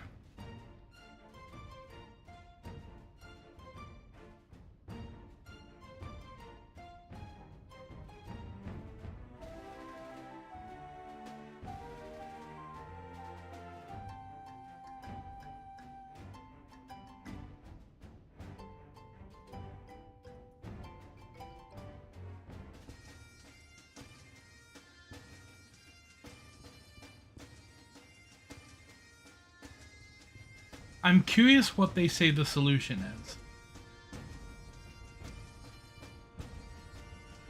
That's the same solution that I came up with. Because you can't solve that with just a loop. You have to use a conditional to force the condition into it.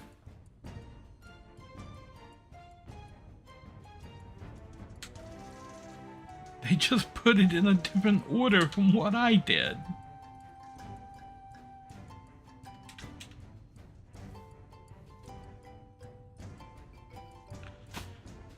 And, okay.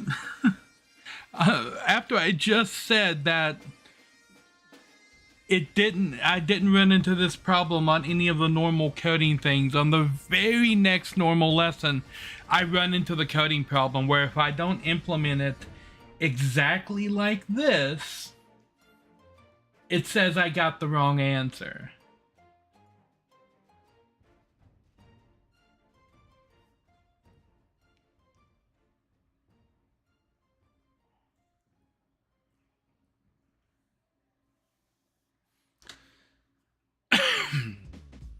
So, like, it very much feels like it's less about getting the right answer and more about getting the right syntax.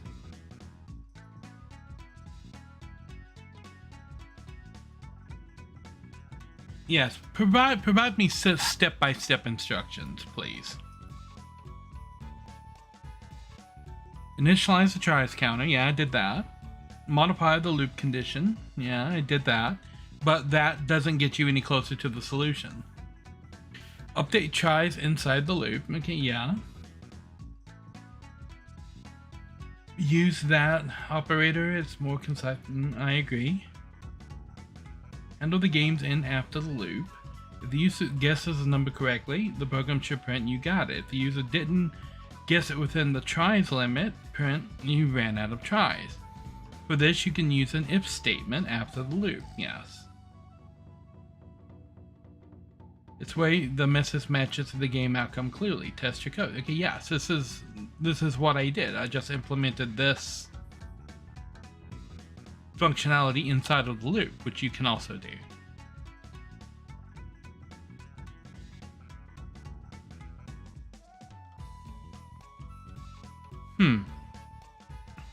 Okay. Detention. Range. To loop through a set of code specified a number of times, we can use a for loop and the range function. The range function returns a sequence of numbers. By default, the sequence starts at 0 and increments by 1, ending at a specified number, the range. Okay. For number I inside of range, which is 0 through 5, print the number I.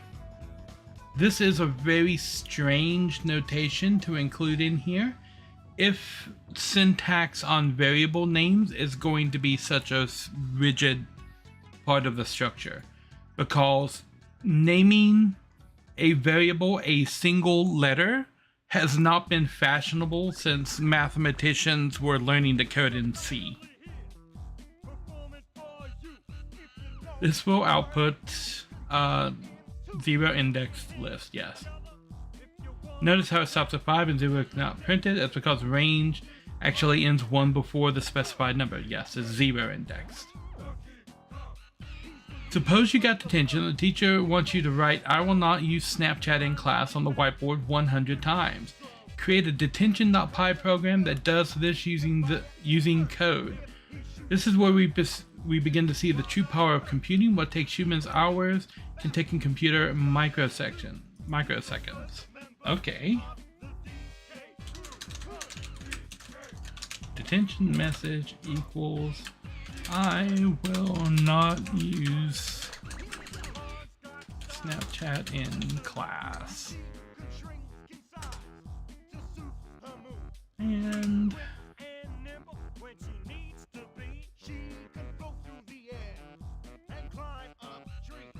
for I, the reason that people started using the letter I was because it stood for iteration.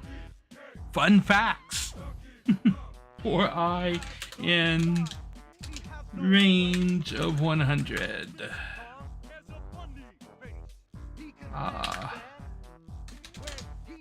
Print attention message. Yeah.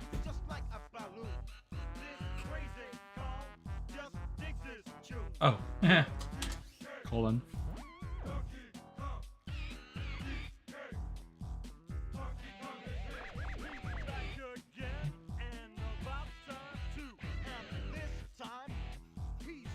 I'm just gonna assume there's 100 of them there.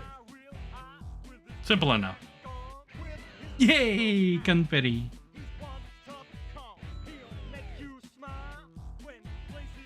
Dancing to the donkey rap. Okay, May 6, 1949. EDSAC, an early electronic storage program computer.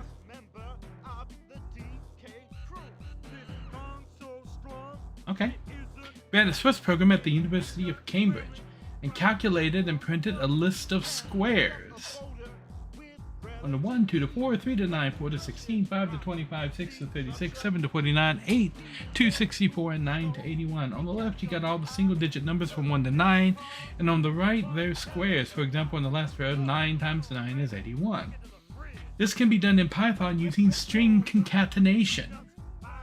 Oh, now we're getting fun. For I in range of 5, print the square of si is s squared. Okay.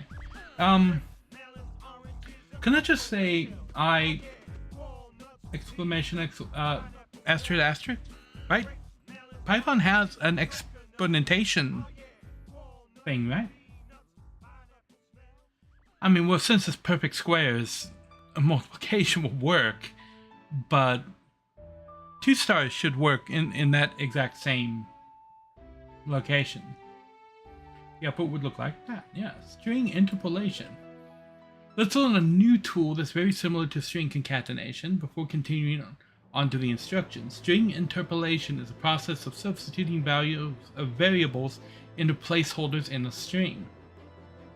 For instance, if you have a template saying hello to a person in an email like "Hi, name, nice to meet you," you would like to replace the placeholder name with an actual name. That's string interpolation. The above program can be recreated using string interpolation using the squiggly brackets. Note the prefix F before the quotes. Okay. What is F doing before the quotes?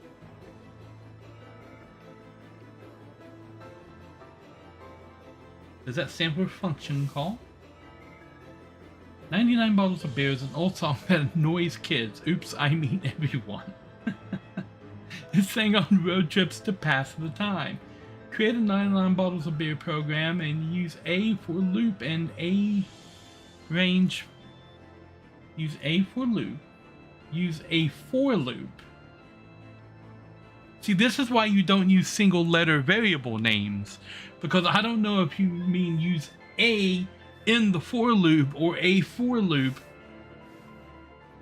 Like, I was thinking this, my brain defaulted like, you want me to use a variable A instead of the variable I. Use a for loop and a range function to print out all the rest of 99 bottles of beer. And don't forget to use string interpolation.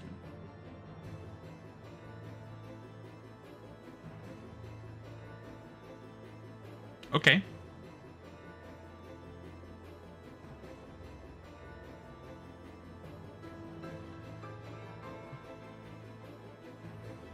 Okay, so for I in range 99, this is done like that.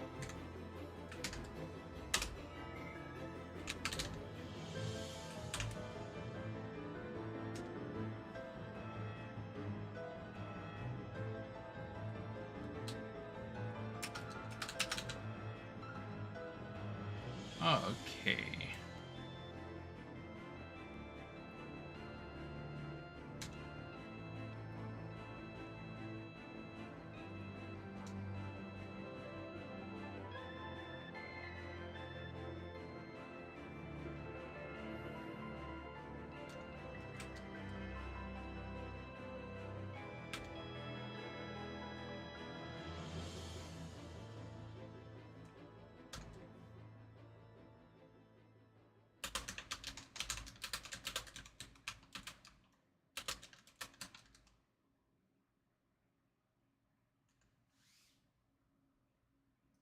I'm gonna have to do some work on that I.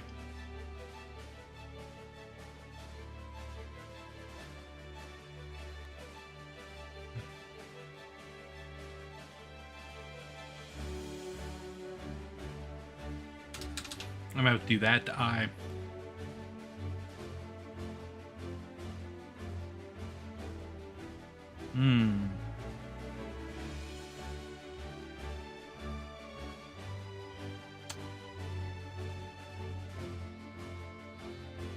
No, I gotta do something else. The I. Okay.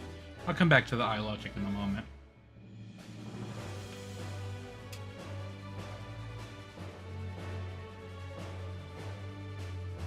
This is going to be pretty much the same as this. But that's going to be an exclamation point right there. And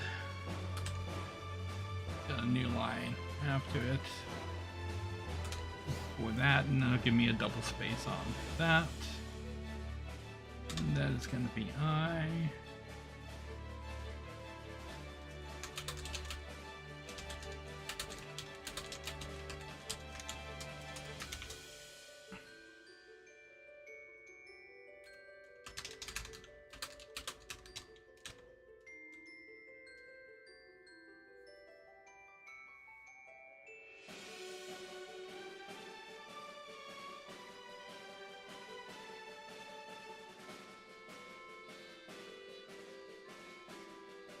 Okay, so if I run this, it's just going to count up. Yeah.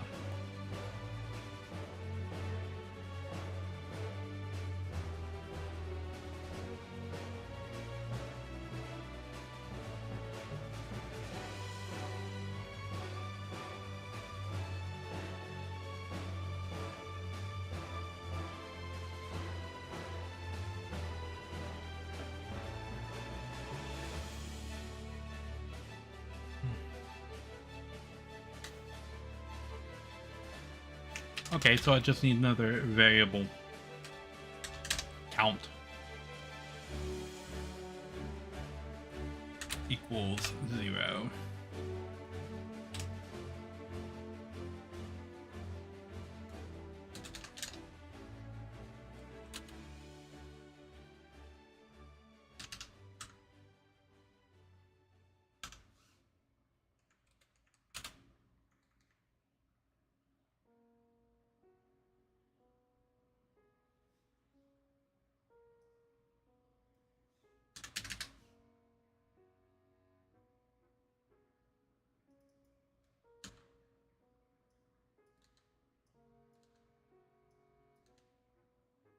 That should do it.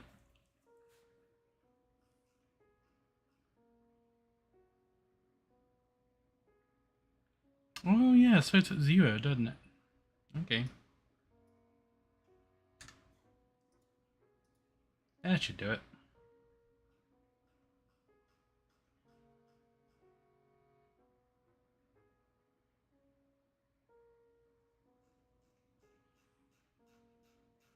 Does it count all the way down? It counts to 2.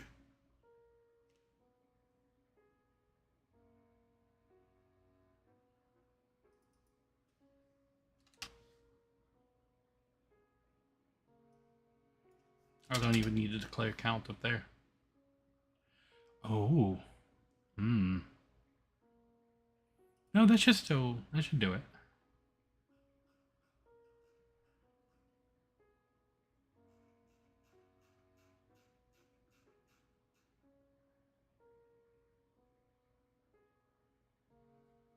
Yeah, okay, yep, that does it.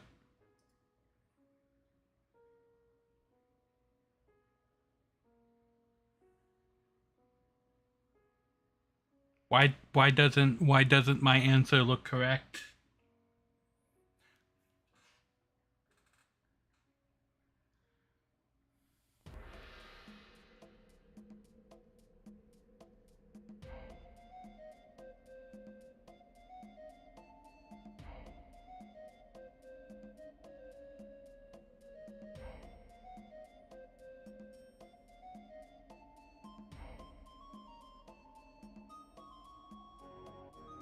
Okay, let's get him from a Yep, I cover every verse from 99 all the way down to 1.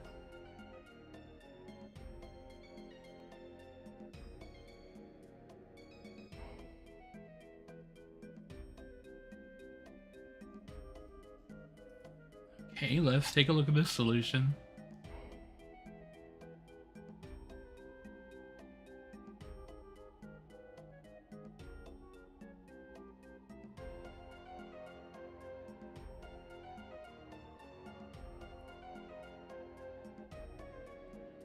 Okay, so this is another issue that I'm going to call with this, because you do not explain over here how the range function operates and how many arguments that it takes. That is not in your description up there. It's in the hint down here, but how is somebody new to Python supposed to know that this range function takes 3 arguments, and what these arguments mean if it's not explained in the course? Which it's not. It's required for the solution, and it's in the solution, but it's not explained anywhere in the course. It's just in a little hint on the side where they say, hey, you can do this, but you don't actually explain what this is doing. And when a different version of this is implemented here, which in this case I just did it with a different variable because I didn't know that range could function in that matter. I just assumed that it meant count to this range.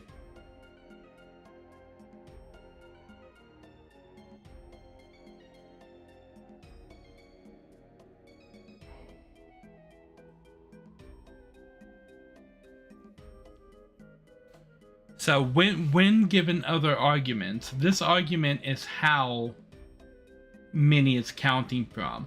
And I assume this argument is referring to which side of the count it starts on, the high side or the low side? I'm not sure, because I'm not getting any context for this range function. And this type of thing it absolutely is implemented differently in different languages. So, although the idea of this function, just like the idea of a for loop or if statement, is in multiple different languages, but like for loops look completely different in C than what they do in Python. And this range function is behaving differently than it does in other languages. So I'm aware of the range function, but I'm not aware of the arguments that it takes in Python, what order they should be in, or what they're specifically referring to. And if that is supposed to, if the advanced form of that function is supposed to be part of the solution, that needs to be explained in the class, which is this section up here, which mentions that you can use range to count up, but doesn't mention any of the other arguments that range takes. That's a sneaky way to make sure that your student fails the test on the first time. Especially if your student has a solution that provides the right answer with what they have been explicitly taught, and you mark that wrong.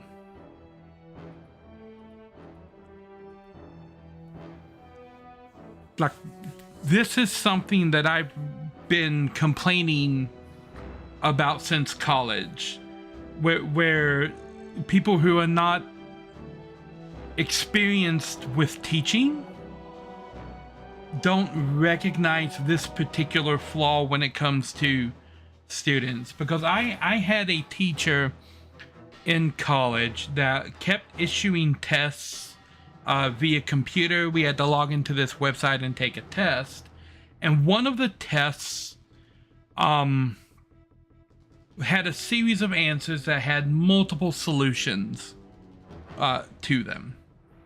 One of them was, what is the square root of the square root of 4? I think it was the square root of 4, or the square root of 16. I forget exactly how they worded it, but they had 4 different answers that were correct on how to get to 16. Like the answer to the question that they wanted you to get to was how to get to 16 using like squares, right? And all the answers that they listed were correct, because like 4 times 4 is 16, but then -4 times -4 is also 16, and then -4 times +4 is also 16. And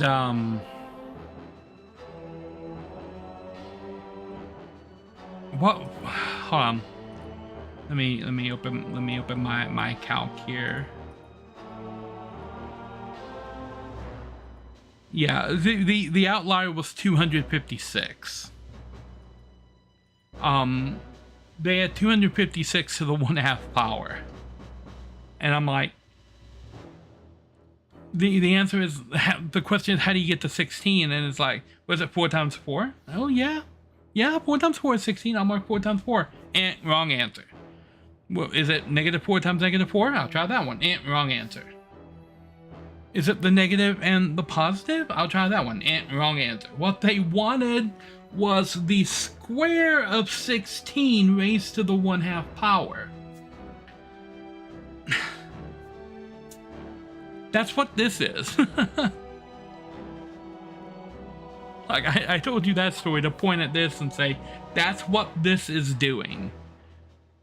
Like, you're asking for how to do it, but instead of judging the solution right here, it is judging only the code and expecting you to use something that was not explained anywhere in the class up to this point. My answer is actually correct. Share more feedback. The extra arguments of the range function were not mentioned anywhere in the course, besides a hint that doesn't explain how they work. Requiring them in the answer is unfair to the student, especially when an alternate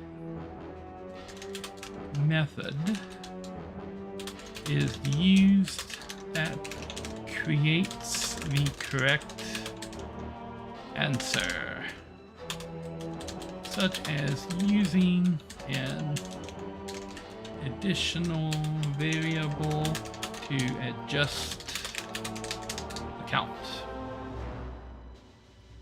That's spelled especially wrong.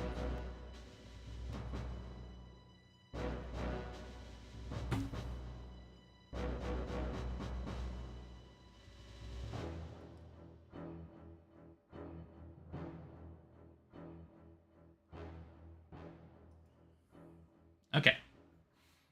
Yeah, like my answer was correct. Congrats! You made it to the end of this chapter. Let's do a recap. The while loop iterates over and over again while the condition is true. While coffee is less than 1, print tire. Yes. Let's skip this on.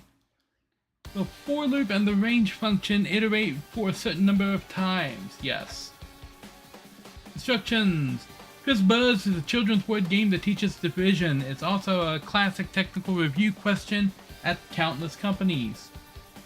Though this challenge may appear simple to experienced coders, it is designed to weed 90% of job candidates who cannot apply their coding knowledge to a new problem creatively. Want to give it a try? Create a FizzBuzz program that outputs numbers from 1 to 100. Here's the catch. For multiples of 3, print fizz instead of the number. For multiples of 5, print buzz instead of the number. Here's the tricky part.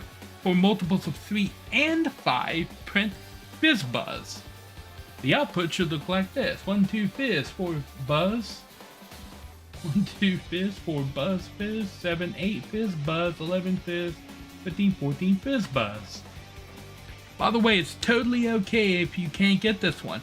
It's a tough problem. Take a look at the hint and the solution before moving towards the checkpoint project. Okay.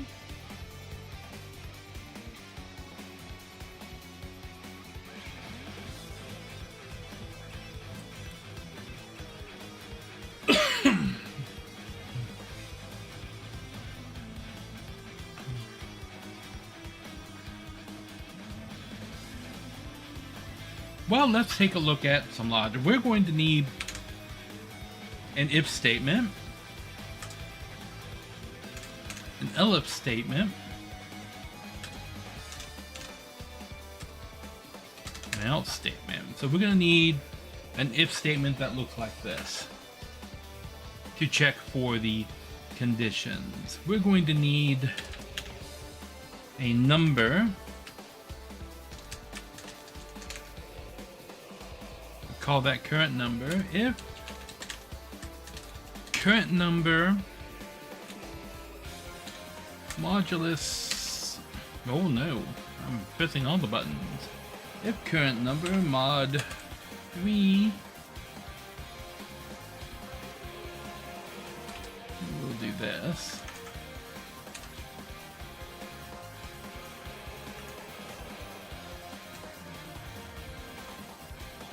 And current number mod 5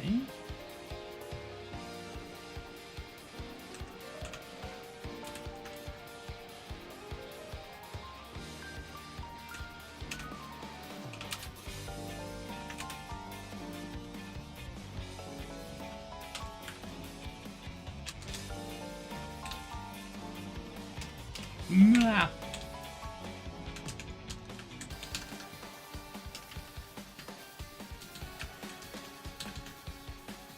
Okay.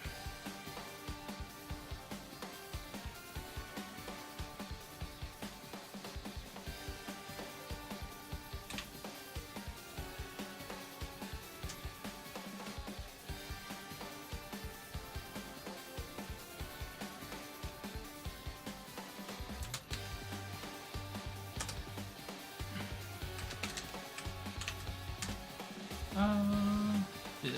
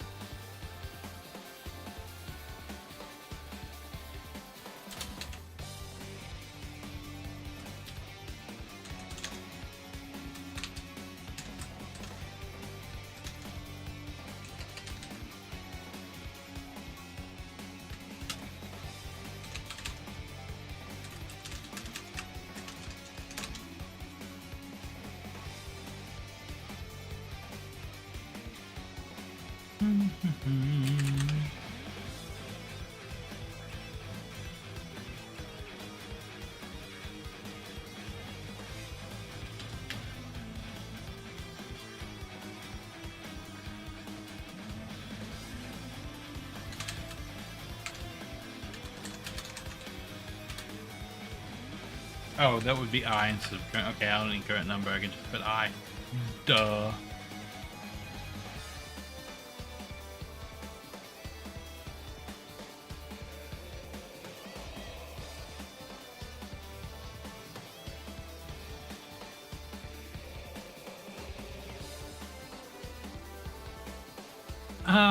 Colon.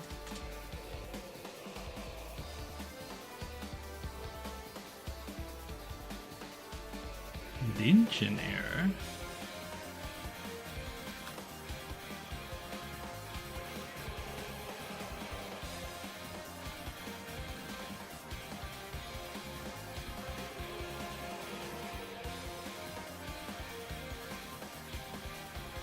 I mean, I think I passed. I mean, Fizzbuzz, yeah, but this should just be... Do you remember how modulus works?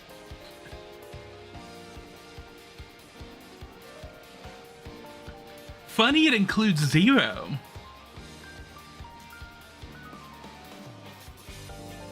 Okay. I do need to account for...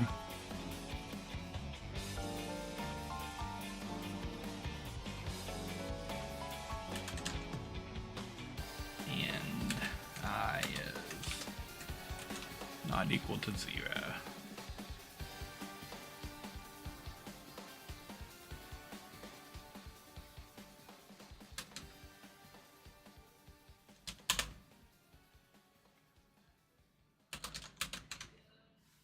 Fair enough. Okay, yeah.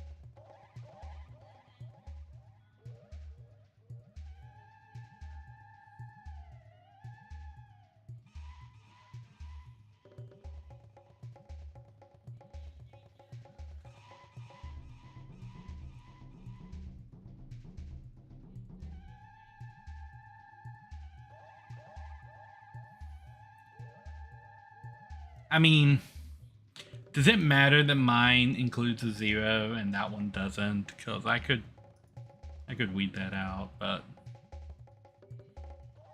Oh yay, my code looks correct this time.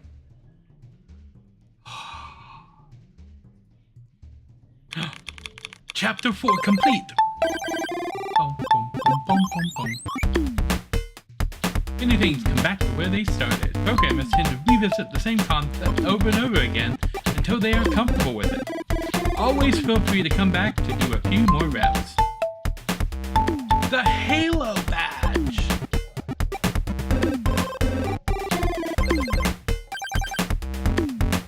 Python Basics 1. Brush up on Python concepts with cheat sheets. Download anytime from the course page. Yay! Bonus article, nested loops.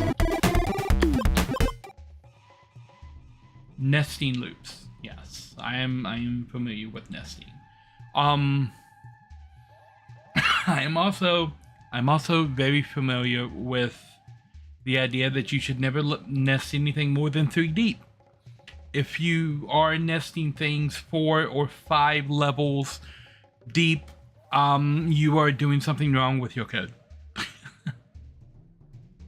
you need to start pulling things out into separate functions. You need to start redoing the way that you are doing things. Okay. More challenges. Challenge 2 of 5, huh? Challenge 1. Are we there yet?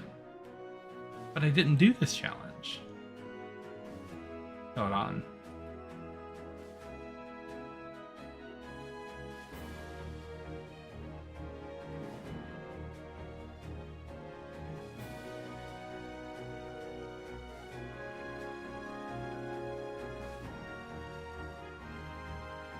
Variables, control flow, yes. Loops. Nested loops, I did read that.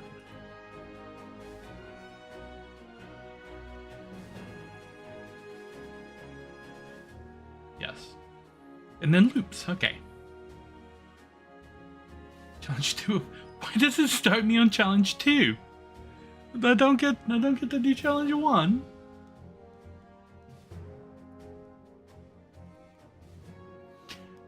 Are we there yet? The phrase existed for as long as there were children, vehicles, and road trips. First ask the user, are we there yet, using the input function and store it as an answer variable. Then create a while loop that asks the user, are we there yet again. Keep asking them this over and over until they respond with yes. The output that could look like 1 more hour, almost there, don't make me pull over, yes.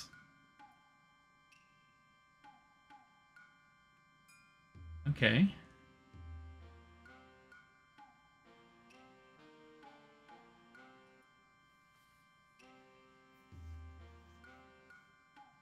Okay.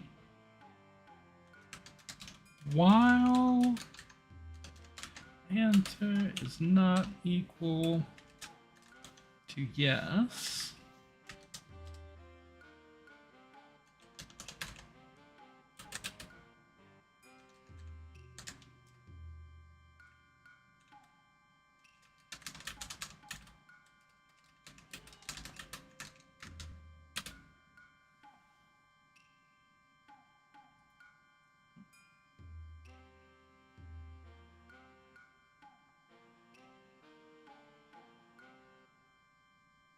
Oh. It doesn't like that.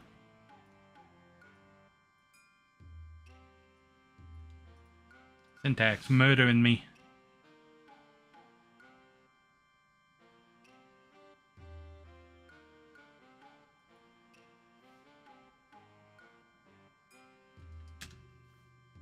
Oh, answer's not defined.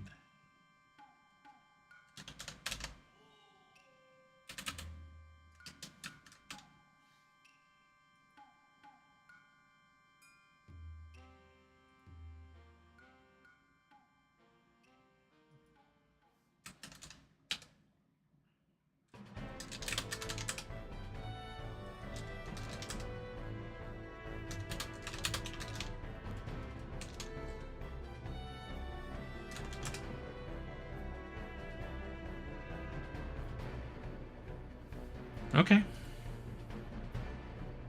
Yay. That was simple enough.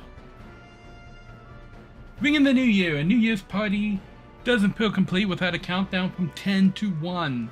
Use a for loop that counts down by using the step value in range. Greetings, Mena. Welcome, welcome, welcome. Inside the loop, print the numbers from 10 to 1, each on its own line. When the loop finishes a countdown, print the exact string, Happy New Year. Was that there before? Oh, Python, your nemesis. I am attempting to learn Python fully. I'm not very experienced with Python, so I figured, you know what?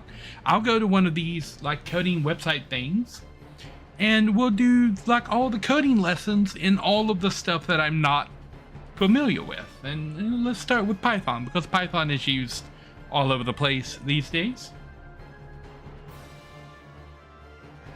Counting down from 10 to 1 on each line, and then a Happy New Year message at the end. Feel free to end your message with any emoji that you want. Is it any emoji that I want, or is it this exact string? Okay, flip for help. The range function has start, stop, and step parameters. Yes, I'm aware that it has. Okay, bone to pick with the string, not the emoji. Yes. You can't get used to the syntax of the language. You need your colons. Yes, there's a lot of old, like, okay, so when I first learned how to program, object-oriented languages had not been invented yet. They came out in the 90s. I started using BASIC on a Commodore 64. When I went to college, like, my primary language was C++, right? I know what you mean about needing the semicolon. I've still been naming my variables like int my number, right? Because back in the day, you couldn't just get the data type for the variable. You had to remember that stuff, and I couldn't remember things. So I put the variable type in my name, but you're not supposed to do that anymore. I still use camel case as my naming convention instead of snake case, or whatever people are using nowadays. It looks like everybody's using snake case. Yeah, so I've got to get the Hungarian notation out of my programming. Which is, yeah. You like my funny foot? Anyway, I had a complaint about this exact thing because I'm coming to Python, right? I know what a range function is, but I don't know how it works in Python. And I didn't know that these other arguments for it were start, stop, and step specifically. So I had a previous question, but because I didn't know how the range function worked in Python, I did it a different way, and it said, no, you got your answer wrong. I'm like, no, but it works. It works at the same speed.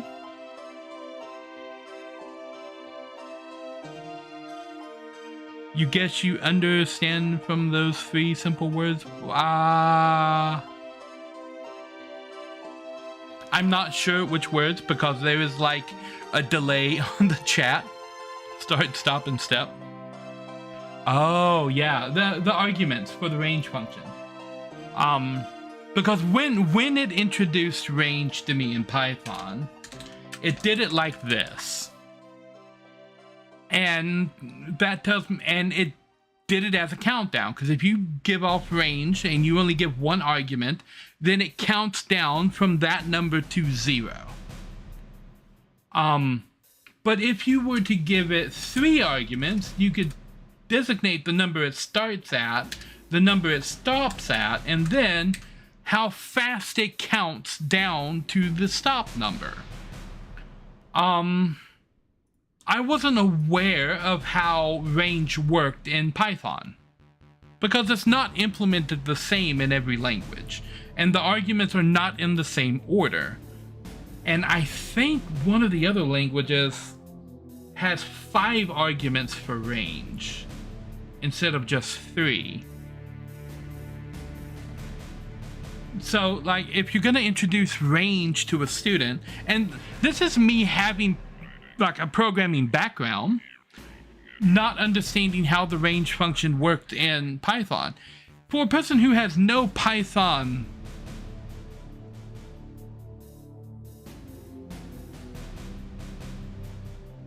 yeah, it's the same way in C++.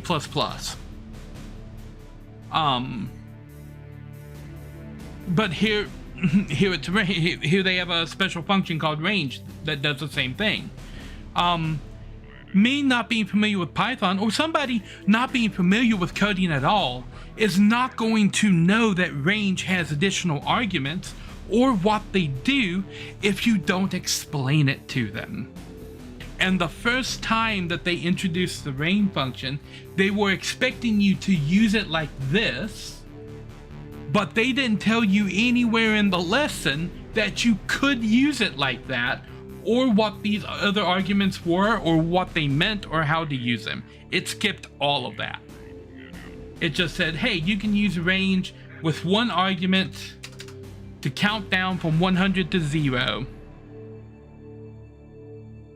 And there you go. Or count up. Actually, I think it counts up from 0 to 100 when there's no other arguments. I don't remember. I'm new to Python.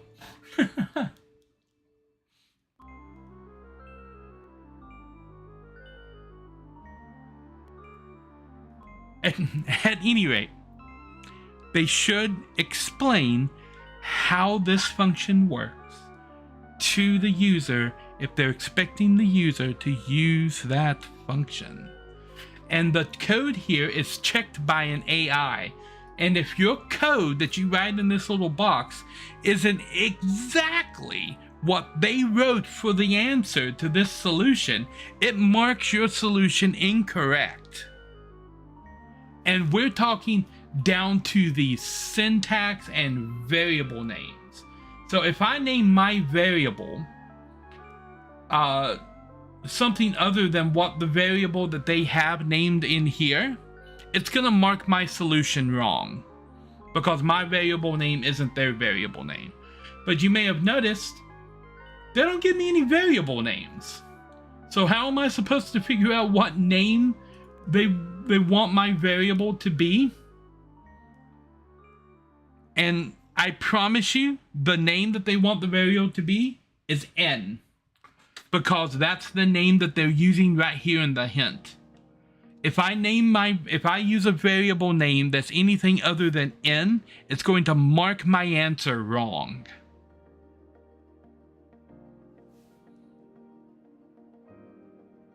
And I know that's what they're doing because I got the answer direct from the developer, because I went on the Discord and I told them it's marking my answer wrong. Here's a screenshot, or you can come into my Twitch chat and we can see it in real time. And they came in here and they told me that it was marking it wrong in one case because the variable name was not exactly the same, and in another case because a decimal didn't have a leading 0 in front of it. That's right. I put this, and it marked it wrong because it was looking for that.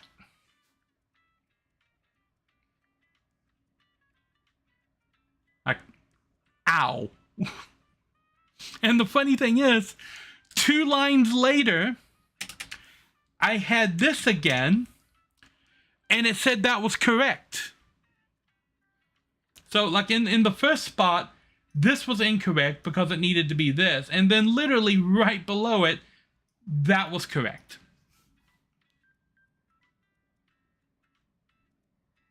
Yeah. I'm going to take a quick little break, like 3 minutes, get up, stretch and everything. I will be right back.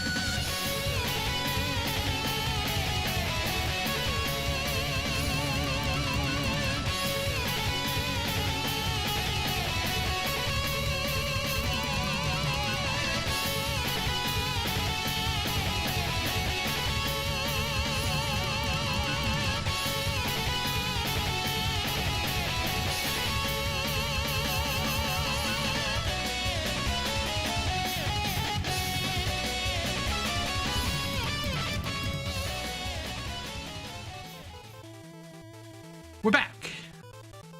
Uncut. Blah, blah, blah, blah. Thank you for the follow, Mina. Much appreciated. We're apparently on Cutman stage right now. Yes. Anyway, what were we doing? That's right. New Year's countdown. Delete that. Python's not for you. I don't mind Python all that much. Okay, the challenge. Use a for loop that counts down by using the step value in range. Inside the loop, print the numbers 10 to 1, each on its own line. When the loop finishes, countdown, print the exact string, Happy New Year. It should look like this. Okay. For iterate in range. It's in, right? Yes. In range of 10 to what? 10 to 1 at a step value of -1 colon print the iteration print this line exactly.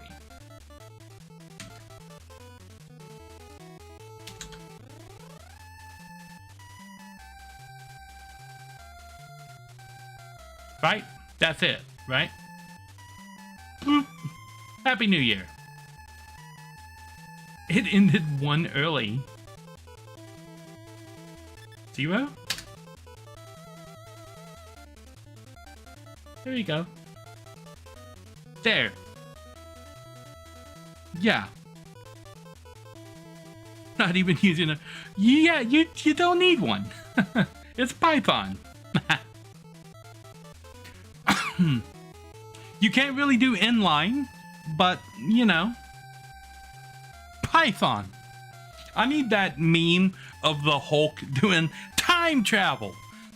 Just Python. Right. This is the right answer. When I push that button, it better say I've got the right answer. Oh, my God, it actually worked.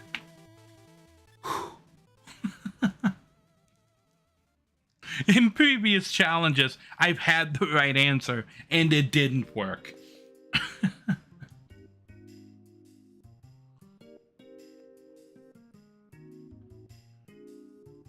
Bum bum. Yeah, if your answer is not exactly what they wrote, it will mark it wrong. Oh, I'm sure it will happen before this is over. Suppose we have a pair of dice. In dice game, snake eyes means rolling 2 ones. Why is it called that? Because 2 small dots look like a pair of snake eyes. Sure. The lowest possible roll, 1 + 1 = 2, and is seen as bad luck. Well, it depends on what game you're playing, actually. Let's keep rolling 2 dice until we get snake eyes. First, use a random module to roll the 2 dice.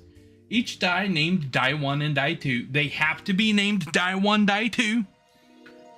Should have an integer value from 1 to 6. Store the sum of the 2 values in a variable named total. Using a while loop, check if total is 2. If it isn't, print the string nope and keep re-rolling the dice. Let the loop run until the total is 2, then print snake eyes. Right? Okay, so let's see. How will we do this in Python? We need to include... It's not called include. It's... Oh, what's it called? When you have to add a library. Include a C. What's it called in Python? Oh my God. It's left my brain space. Can't I just use a namespace? Anyway.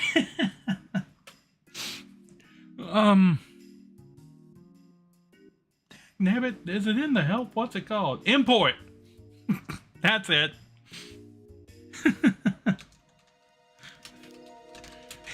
import random. I remember how random works. I just try using C# instead. I will get around to C#.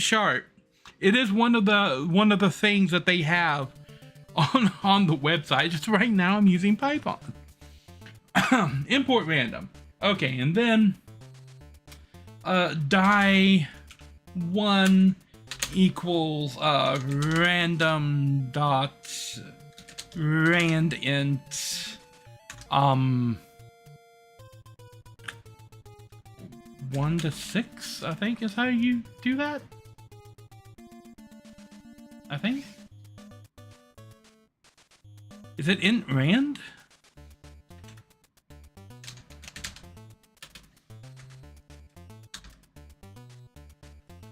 No, it's rand int, right? I think it's rand int. Okay, hold on.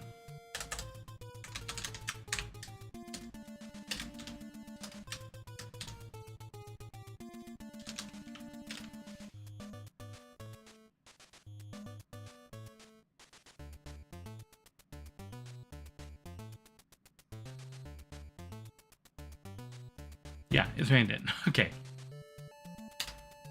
Bam.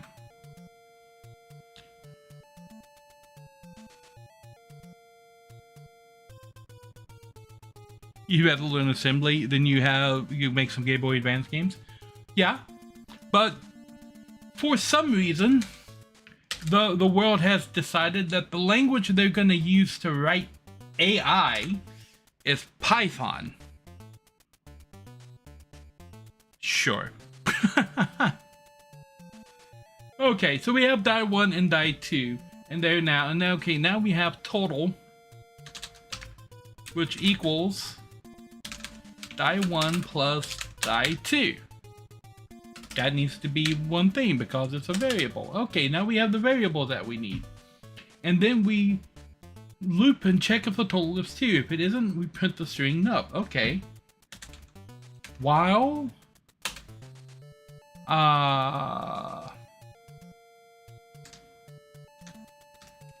total is not 2 colon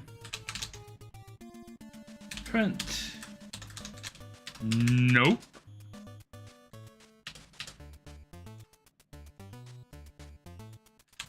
Print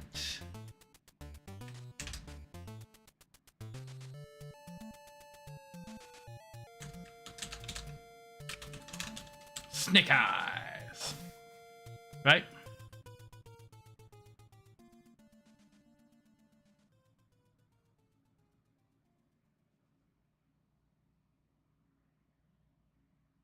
It does. That's how you say not, right?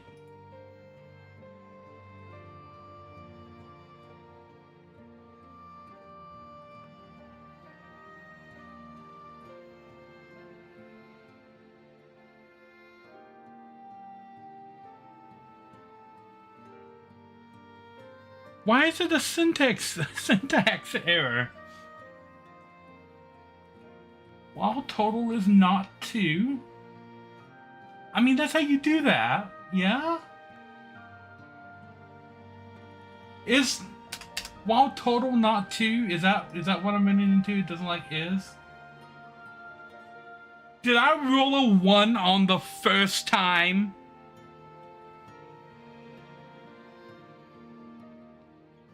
Wow. I did. It didn't like the is keyword there.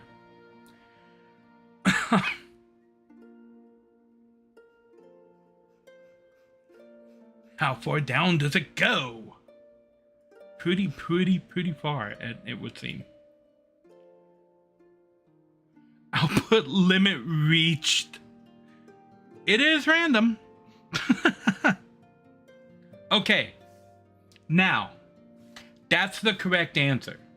That is doing exactly what it asked to do. I think all of my logic is exactly what it wants to do. I'm going to push this button now. Oops. Try again. Inside the while loop, did you print out a message re-roll the dices, add the total again.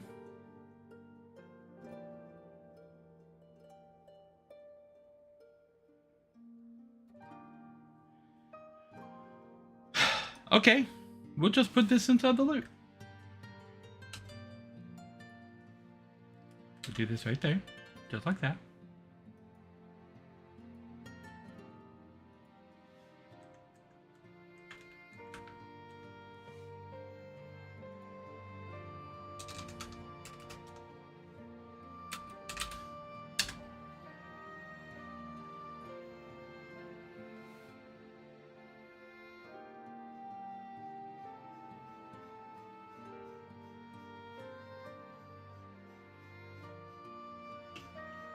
This is going a very long time down to the bottom.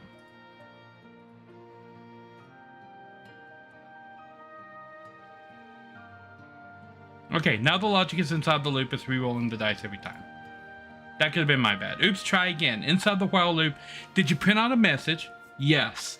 Did you re-roll the dice? Yes. Did I add the total again? Yes.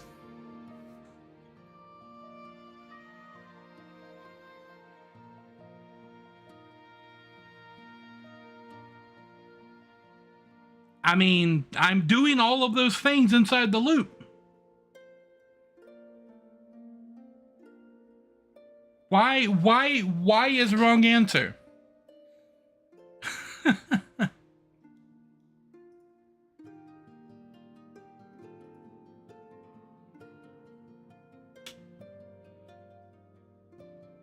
So I'm going to assume, based on what it says right there, that it wants me to print the message first before I re-roll the logic. Does this matter? No. We're already inside of the loop. Doesn't matter what order you do things once you're inside the loop. Submit answer. It's the same thing. Does it still work? I mean, I assume it does still work. Nope, it doesn't. Yeah, I guess it still works. Yeah, I mean, it still works. Because inside the loop, it doesn't matter what order you do things. Because you're already inside of the logical condition.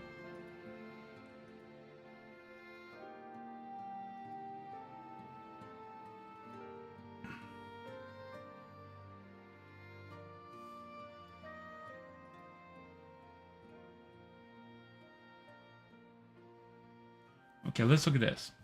Use a random module to roll the two dice. I'm doing that. Each die named die 1 and die 2 should have an integer value from 1 to 6. Yes. Store the sum of the two random values in a variable named total. I'm doing that.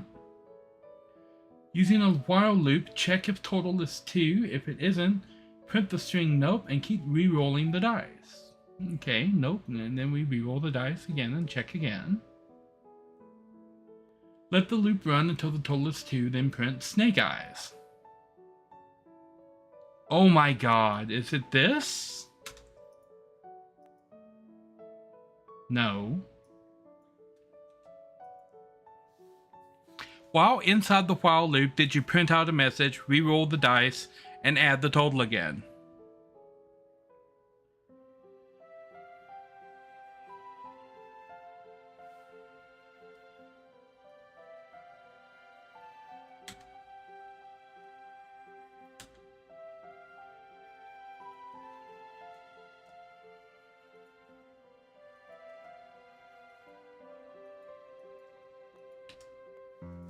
Okay, it's at that. No.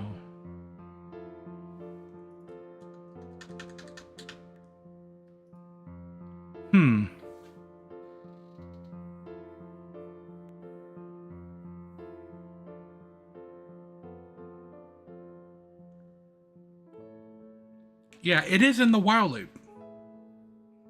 The logic that generates the random number is right here. So total is initialized outside of the while loop because it has to be in order for it to check it right here. So that's why it's 0 right there. So it's always going to say nope the first time. But then on every loop after that, it's going to have a chance to roll snake eyes.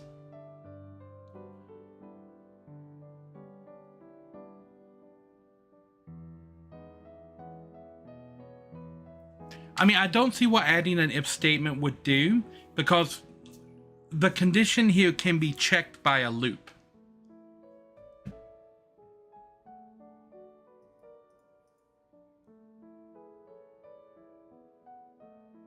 Import random.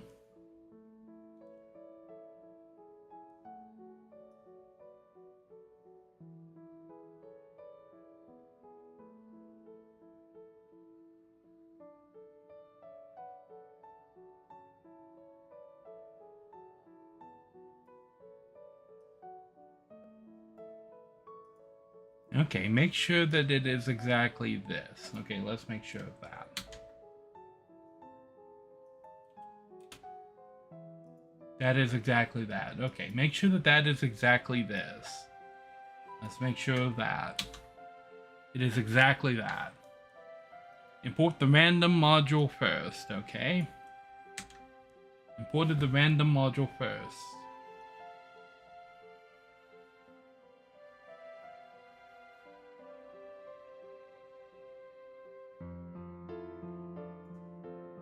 While total is not equal to 2. Yeah.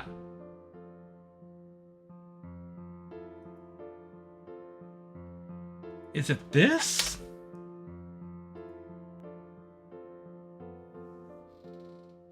You know what was wrong? I had an exclamation point on fucking nope. Really? Really?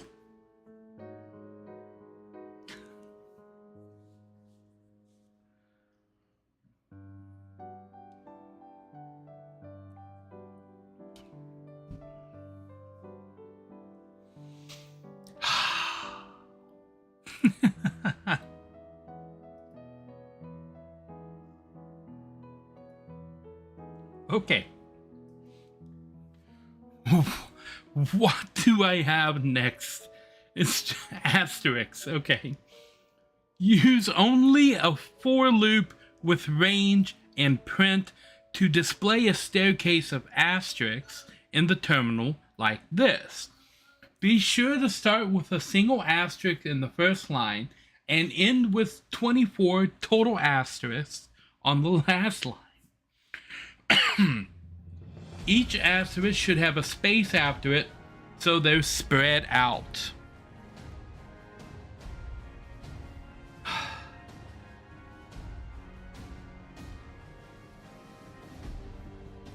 The question isn't, how do I do this? The question is, how did they do it? So that I can copy exactly what they did. That's what the real question is here. It's not how to do it. It's how did they do it? Okay. For I in range 1 to 5, print I. Okay, the output would be 1, 2, 3, 4, 5, each on a separate line. Yes. You can multiply a string by an integer to make copies. Yes.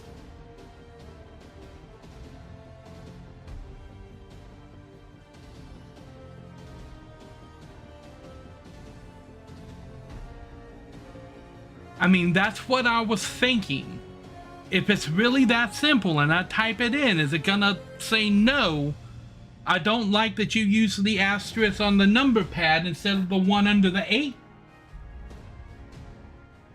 Okay. For I in range, what did it say to count to? 24? Yeah. 1 to 24. Your brain. Okay, for I in range 1. There's a colon here. Yeah, because you have to. Yep. So there's for I in range. And then it should be as simple as print. And then asterisk space plus I. Is it plus or is it multiply? Times I. It should be that simple. And I don't need spaces there because it doesn't matter. That should be it. That should do what I wanted to do. Let's see if it does what I wanted to do. Why is it taking so long to run? This is not a hard program.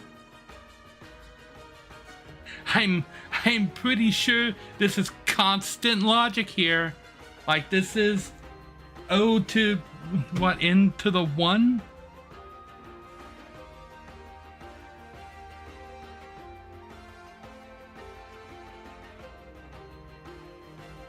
But it doesn't need a step because it would assume a step of 1 if you didn't put, oh look, aha, aha. It has worked. It has done what it is supposed to do. It has succeeded. It was pretty damn slow. Python! No, the big question is when I submit my answer, is it gonna yell that I used the wrong asterisk?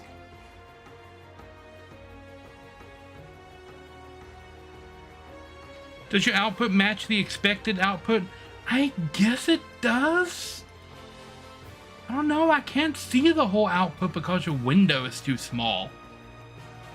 1, 2, 3, 4, 5, 6, 7, 8, 9, 10, 11, 12, 13, 14, 15, 16, 17, 18, 19, 20, 21, 22, 23, 24. Yes! It matches the output.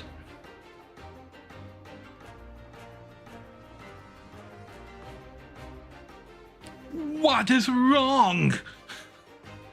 It doesn't match with the output. This is exactly what it's supposed to do. The program is 2 lines long. 2. This is exactly what they...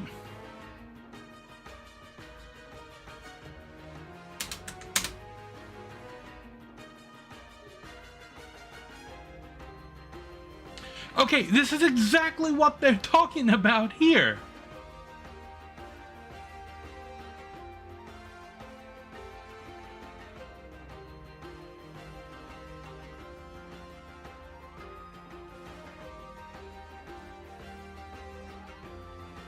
One, 2, 3, 4, 5, 6, 7, 8, 9, 10. 1, 2, 3, 4, 5, 6, 7, 8, 9, 10. I mean, does it want me to loop it one more time?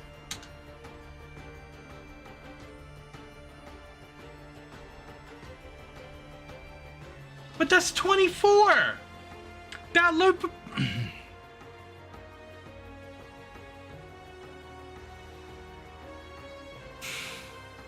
Serenity now? Okay. Sum of squares. Oh, now we're adding math into it. Well, this is gonna be fun. Ask the user for an integer with input. Okay, yeah. Store it in a number variable. Then define a total variable with an initial value of 0. Okay, let's go line by line. As they are asking for something here. Ask the user for an integer with an input and store it in a number variable. So I'm going to expect that variable to be called number.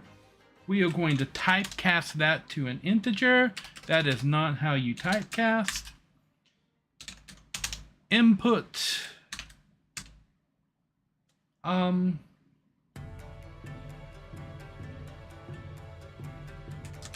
Please give me a number.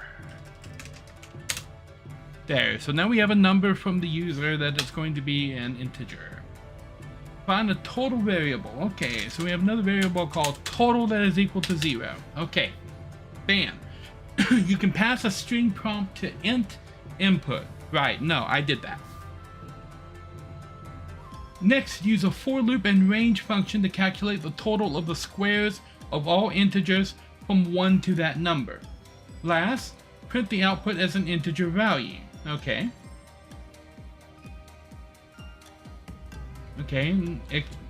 Okay. So it wants me to specifically use the exponentation operator and not multiply the number by itself. Okay, that's good to know. That is good to know.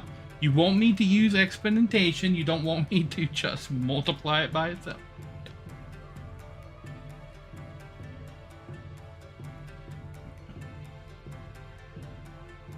Okay. Use a for loop and range function to calculate the total of the squares of all integers from 1 to that number. Okay, so for I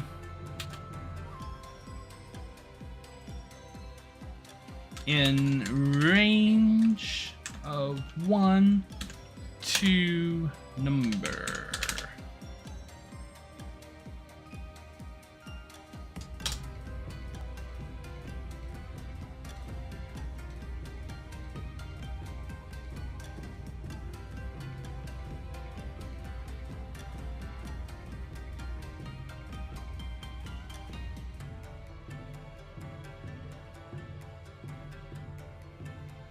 Okay, so this should be total plus equals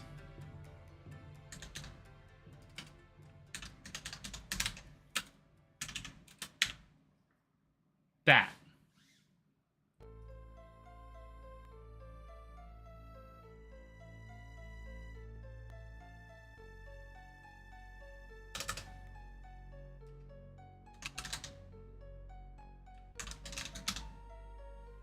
I mean, that's right, I think.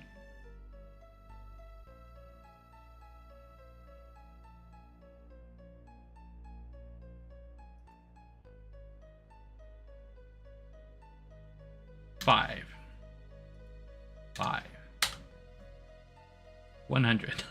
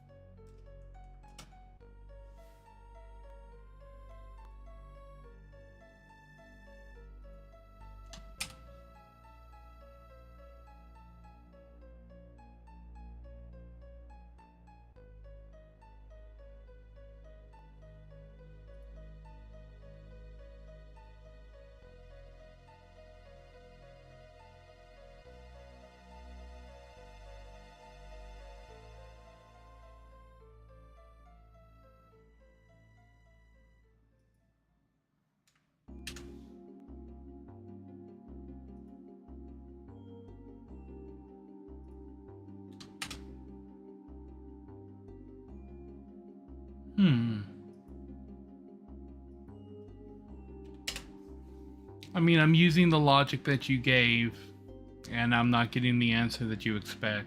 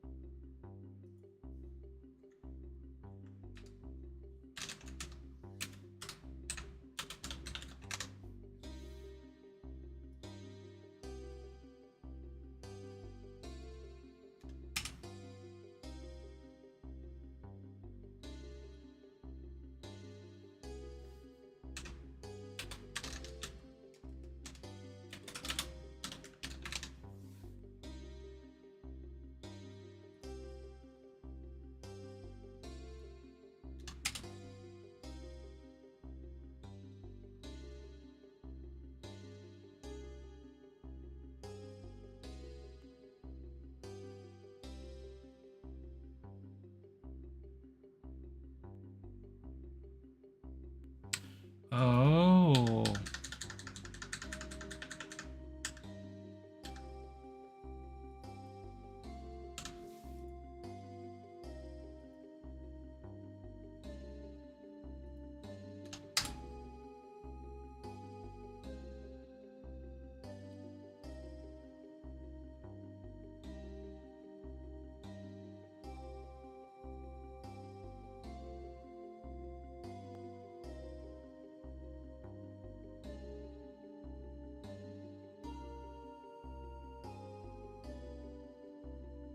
Hmm.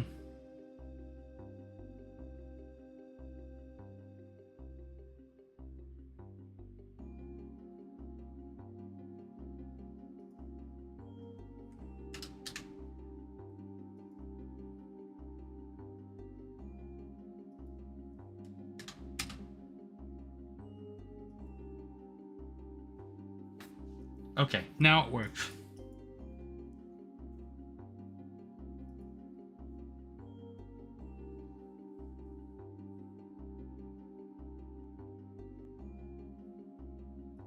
I could just do this in 0 indexes.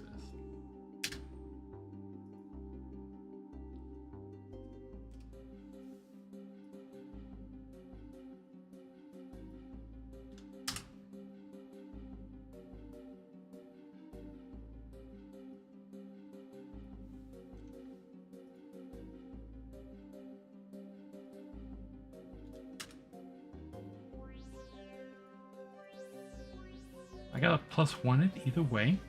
This is what I mean by I don't understand what these arguments are.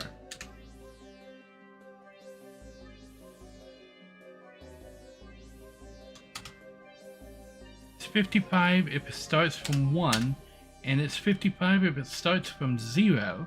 Then what is that argument indicating?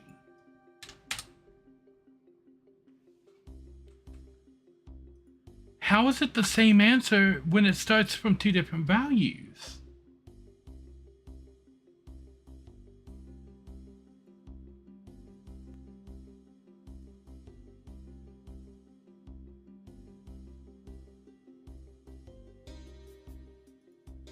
At any rate, this is correct.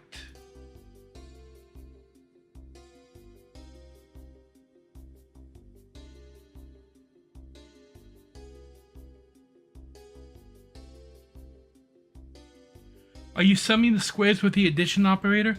No, I'm not, because you can literally do all of the math on one line. You don't need 5 lines to do this. You can do it all in one place. But I will create a brand new thing explicitly for it. I will copy exactly what they've got right here. In fact, we will make a square, bam, just like that. We will add total together like this, the stupid way, just like that. There.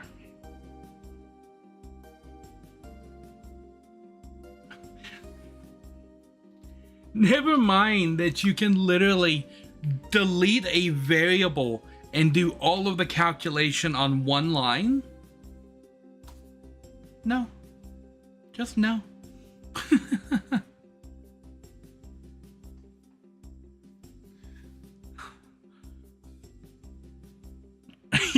You managed to create a backward staircase. You put the space in front of the asterisk instead of behind it. My guess would be.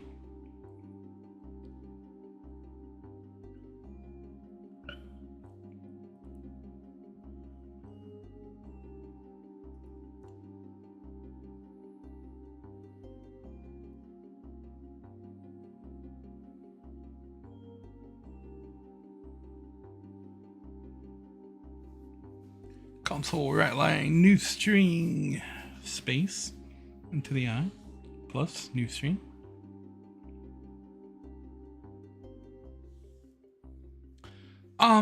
You don't have to write the hashtag and the space separate. You can put them together.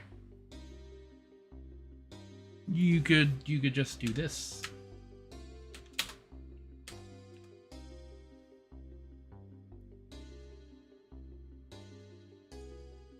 That's what Google told you and it worked. Hey, if it works, success.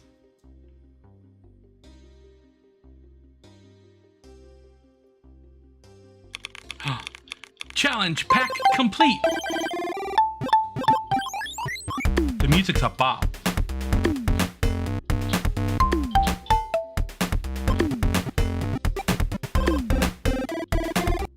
Okay. You see, they have a bunch of stuff on here. Do they have C# on here? They have C++. They don't have C#.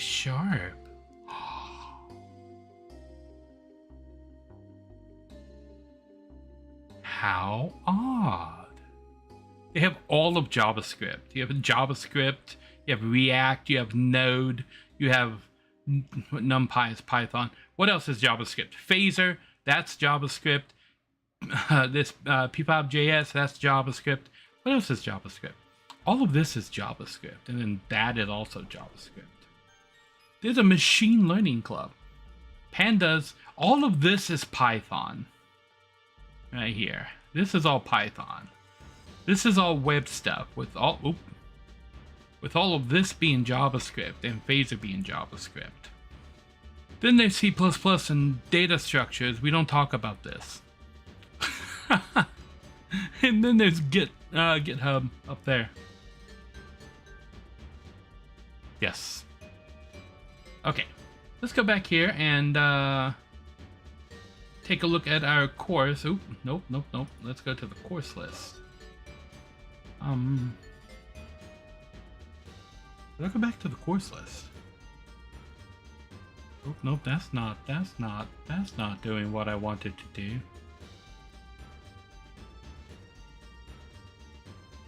Profile. Going. Wait, aha. And now for loops, we got everything done. Yes. And then there's a checkpoint project. Choose from one of 3 projects, and when you're done, submit your code for review by one of our mentors. A human review code.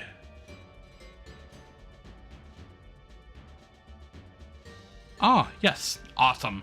Awesome sauce, Mina.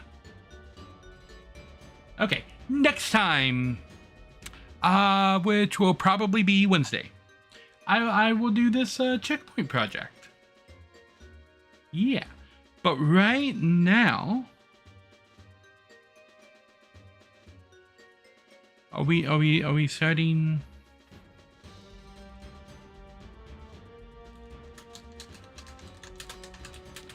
One momento.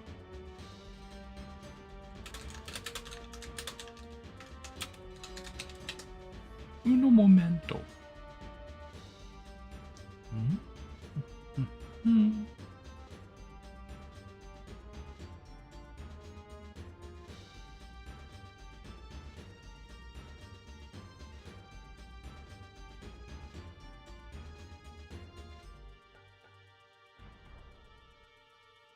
Yes, I am checking with Lady because the Plate Up collab is due to start momentarily, or in a half hour. I'm not sure. one of the two. It's either going to be starting right now or it starts in a half hour. I think it might start in a half hour. I don't know. And if it does, then I'll just do something else on here.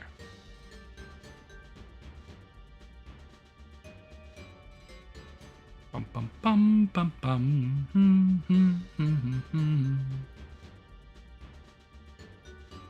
And what I will probably do is get ready for the next stream. For the stream. The spacing's not working. Yes, because you can bake the spacing into the hashtag part itself. That's what I did.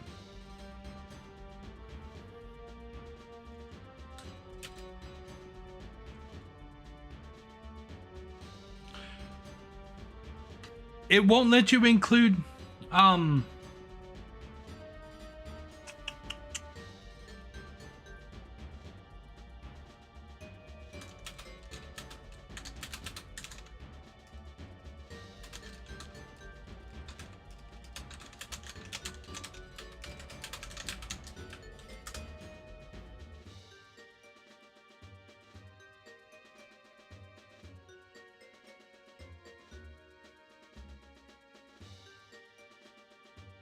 Oh,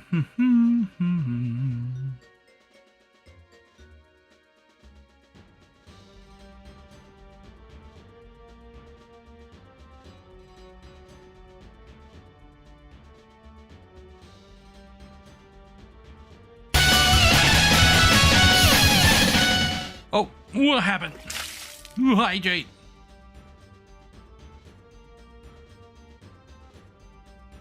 Ha, stretch and hydrate. Drink the water. Yes. I have lemonade. Does that count as hydration?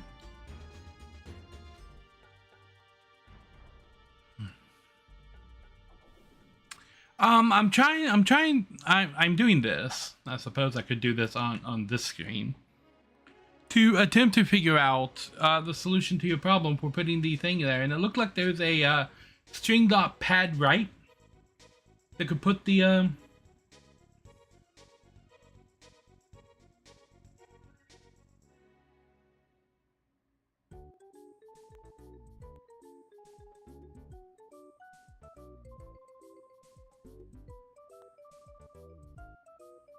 These are very complicated ways to do something that should be very simple.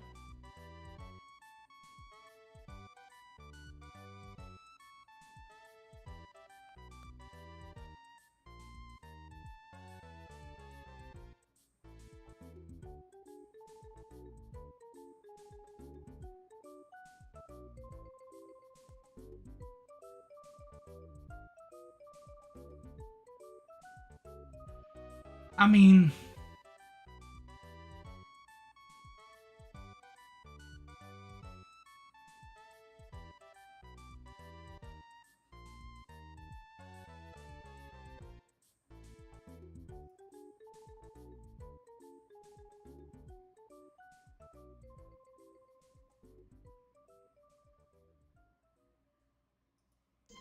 that's what I was looking for right there.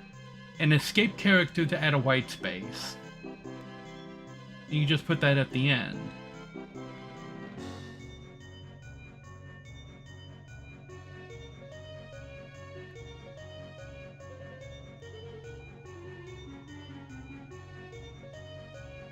Because I know HTML has this same issue, and with HTML you just use a non-breaking space.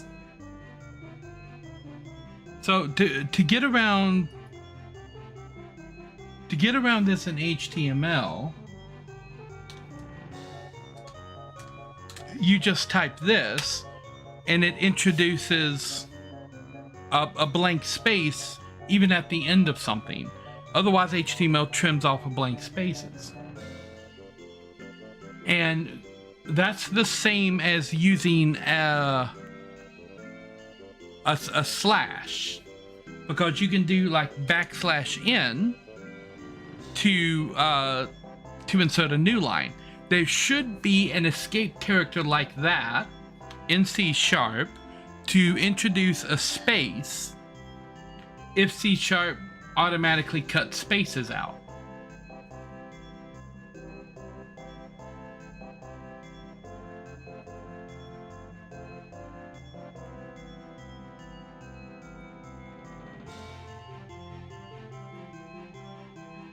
Bum, bum, bum, bum, bum, bum, bum, bum, bum, bum.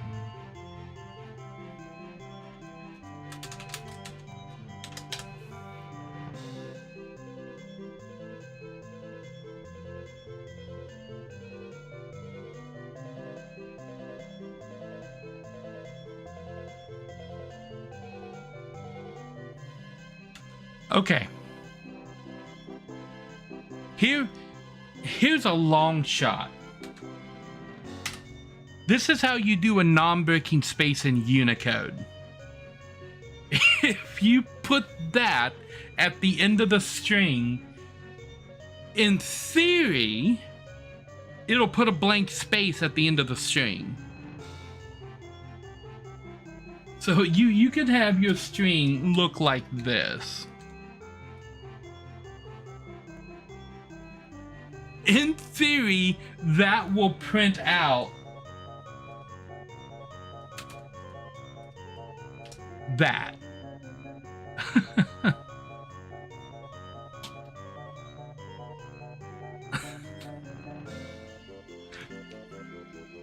I mean, it might not work, but it might work.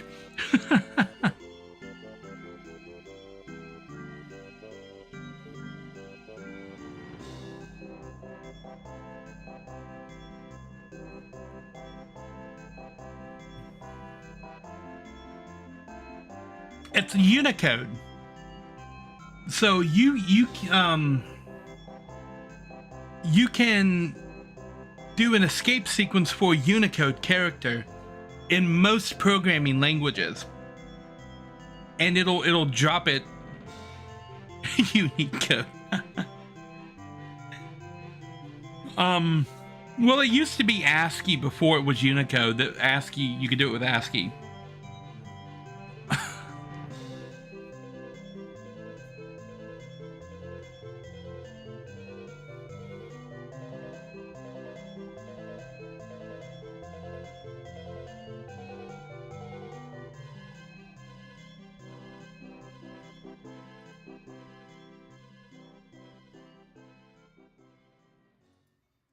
Okay, so a little bit of the back end of the YouTube side of things. We need to create a new stream for the stream that is going to be starting at 7:30, the collaboration with Lady. So every time that I make a new stream, I can just change the game on Twitch and bam, we're good to go.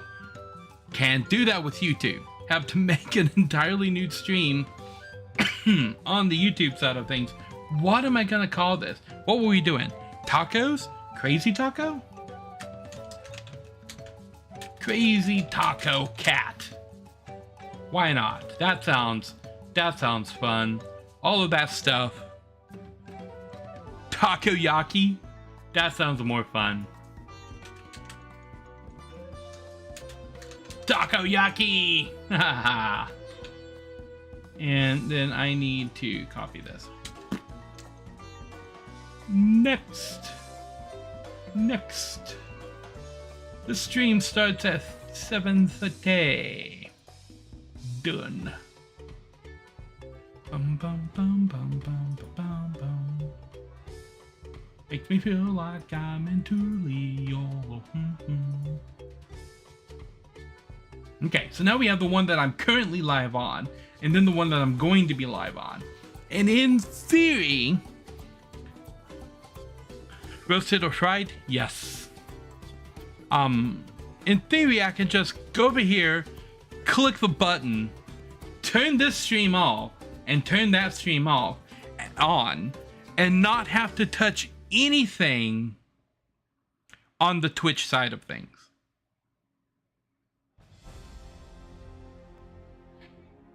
In theory. Baked octopus. That sounds fun.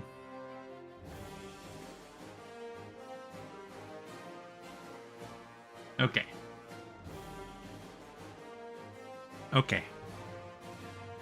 I'm going to test this right now and see if it works. Shutting off the YouTube stream in 3, 2, 1.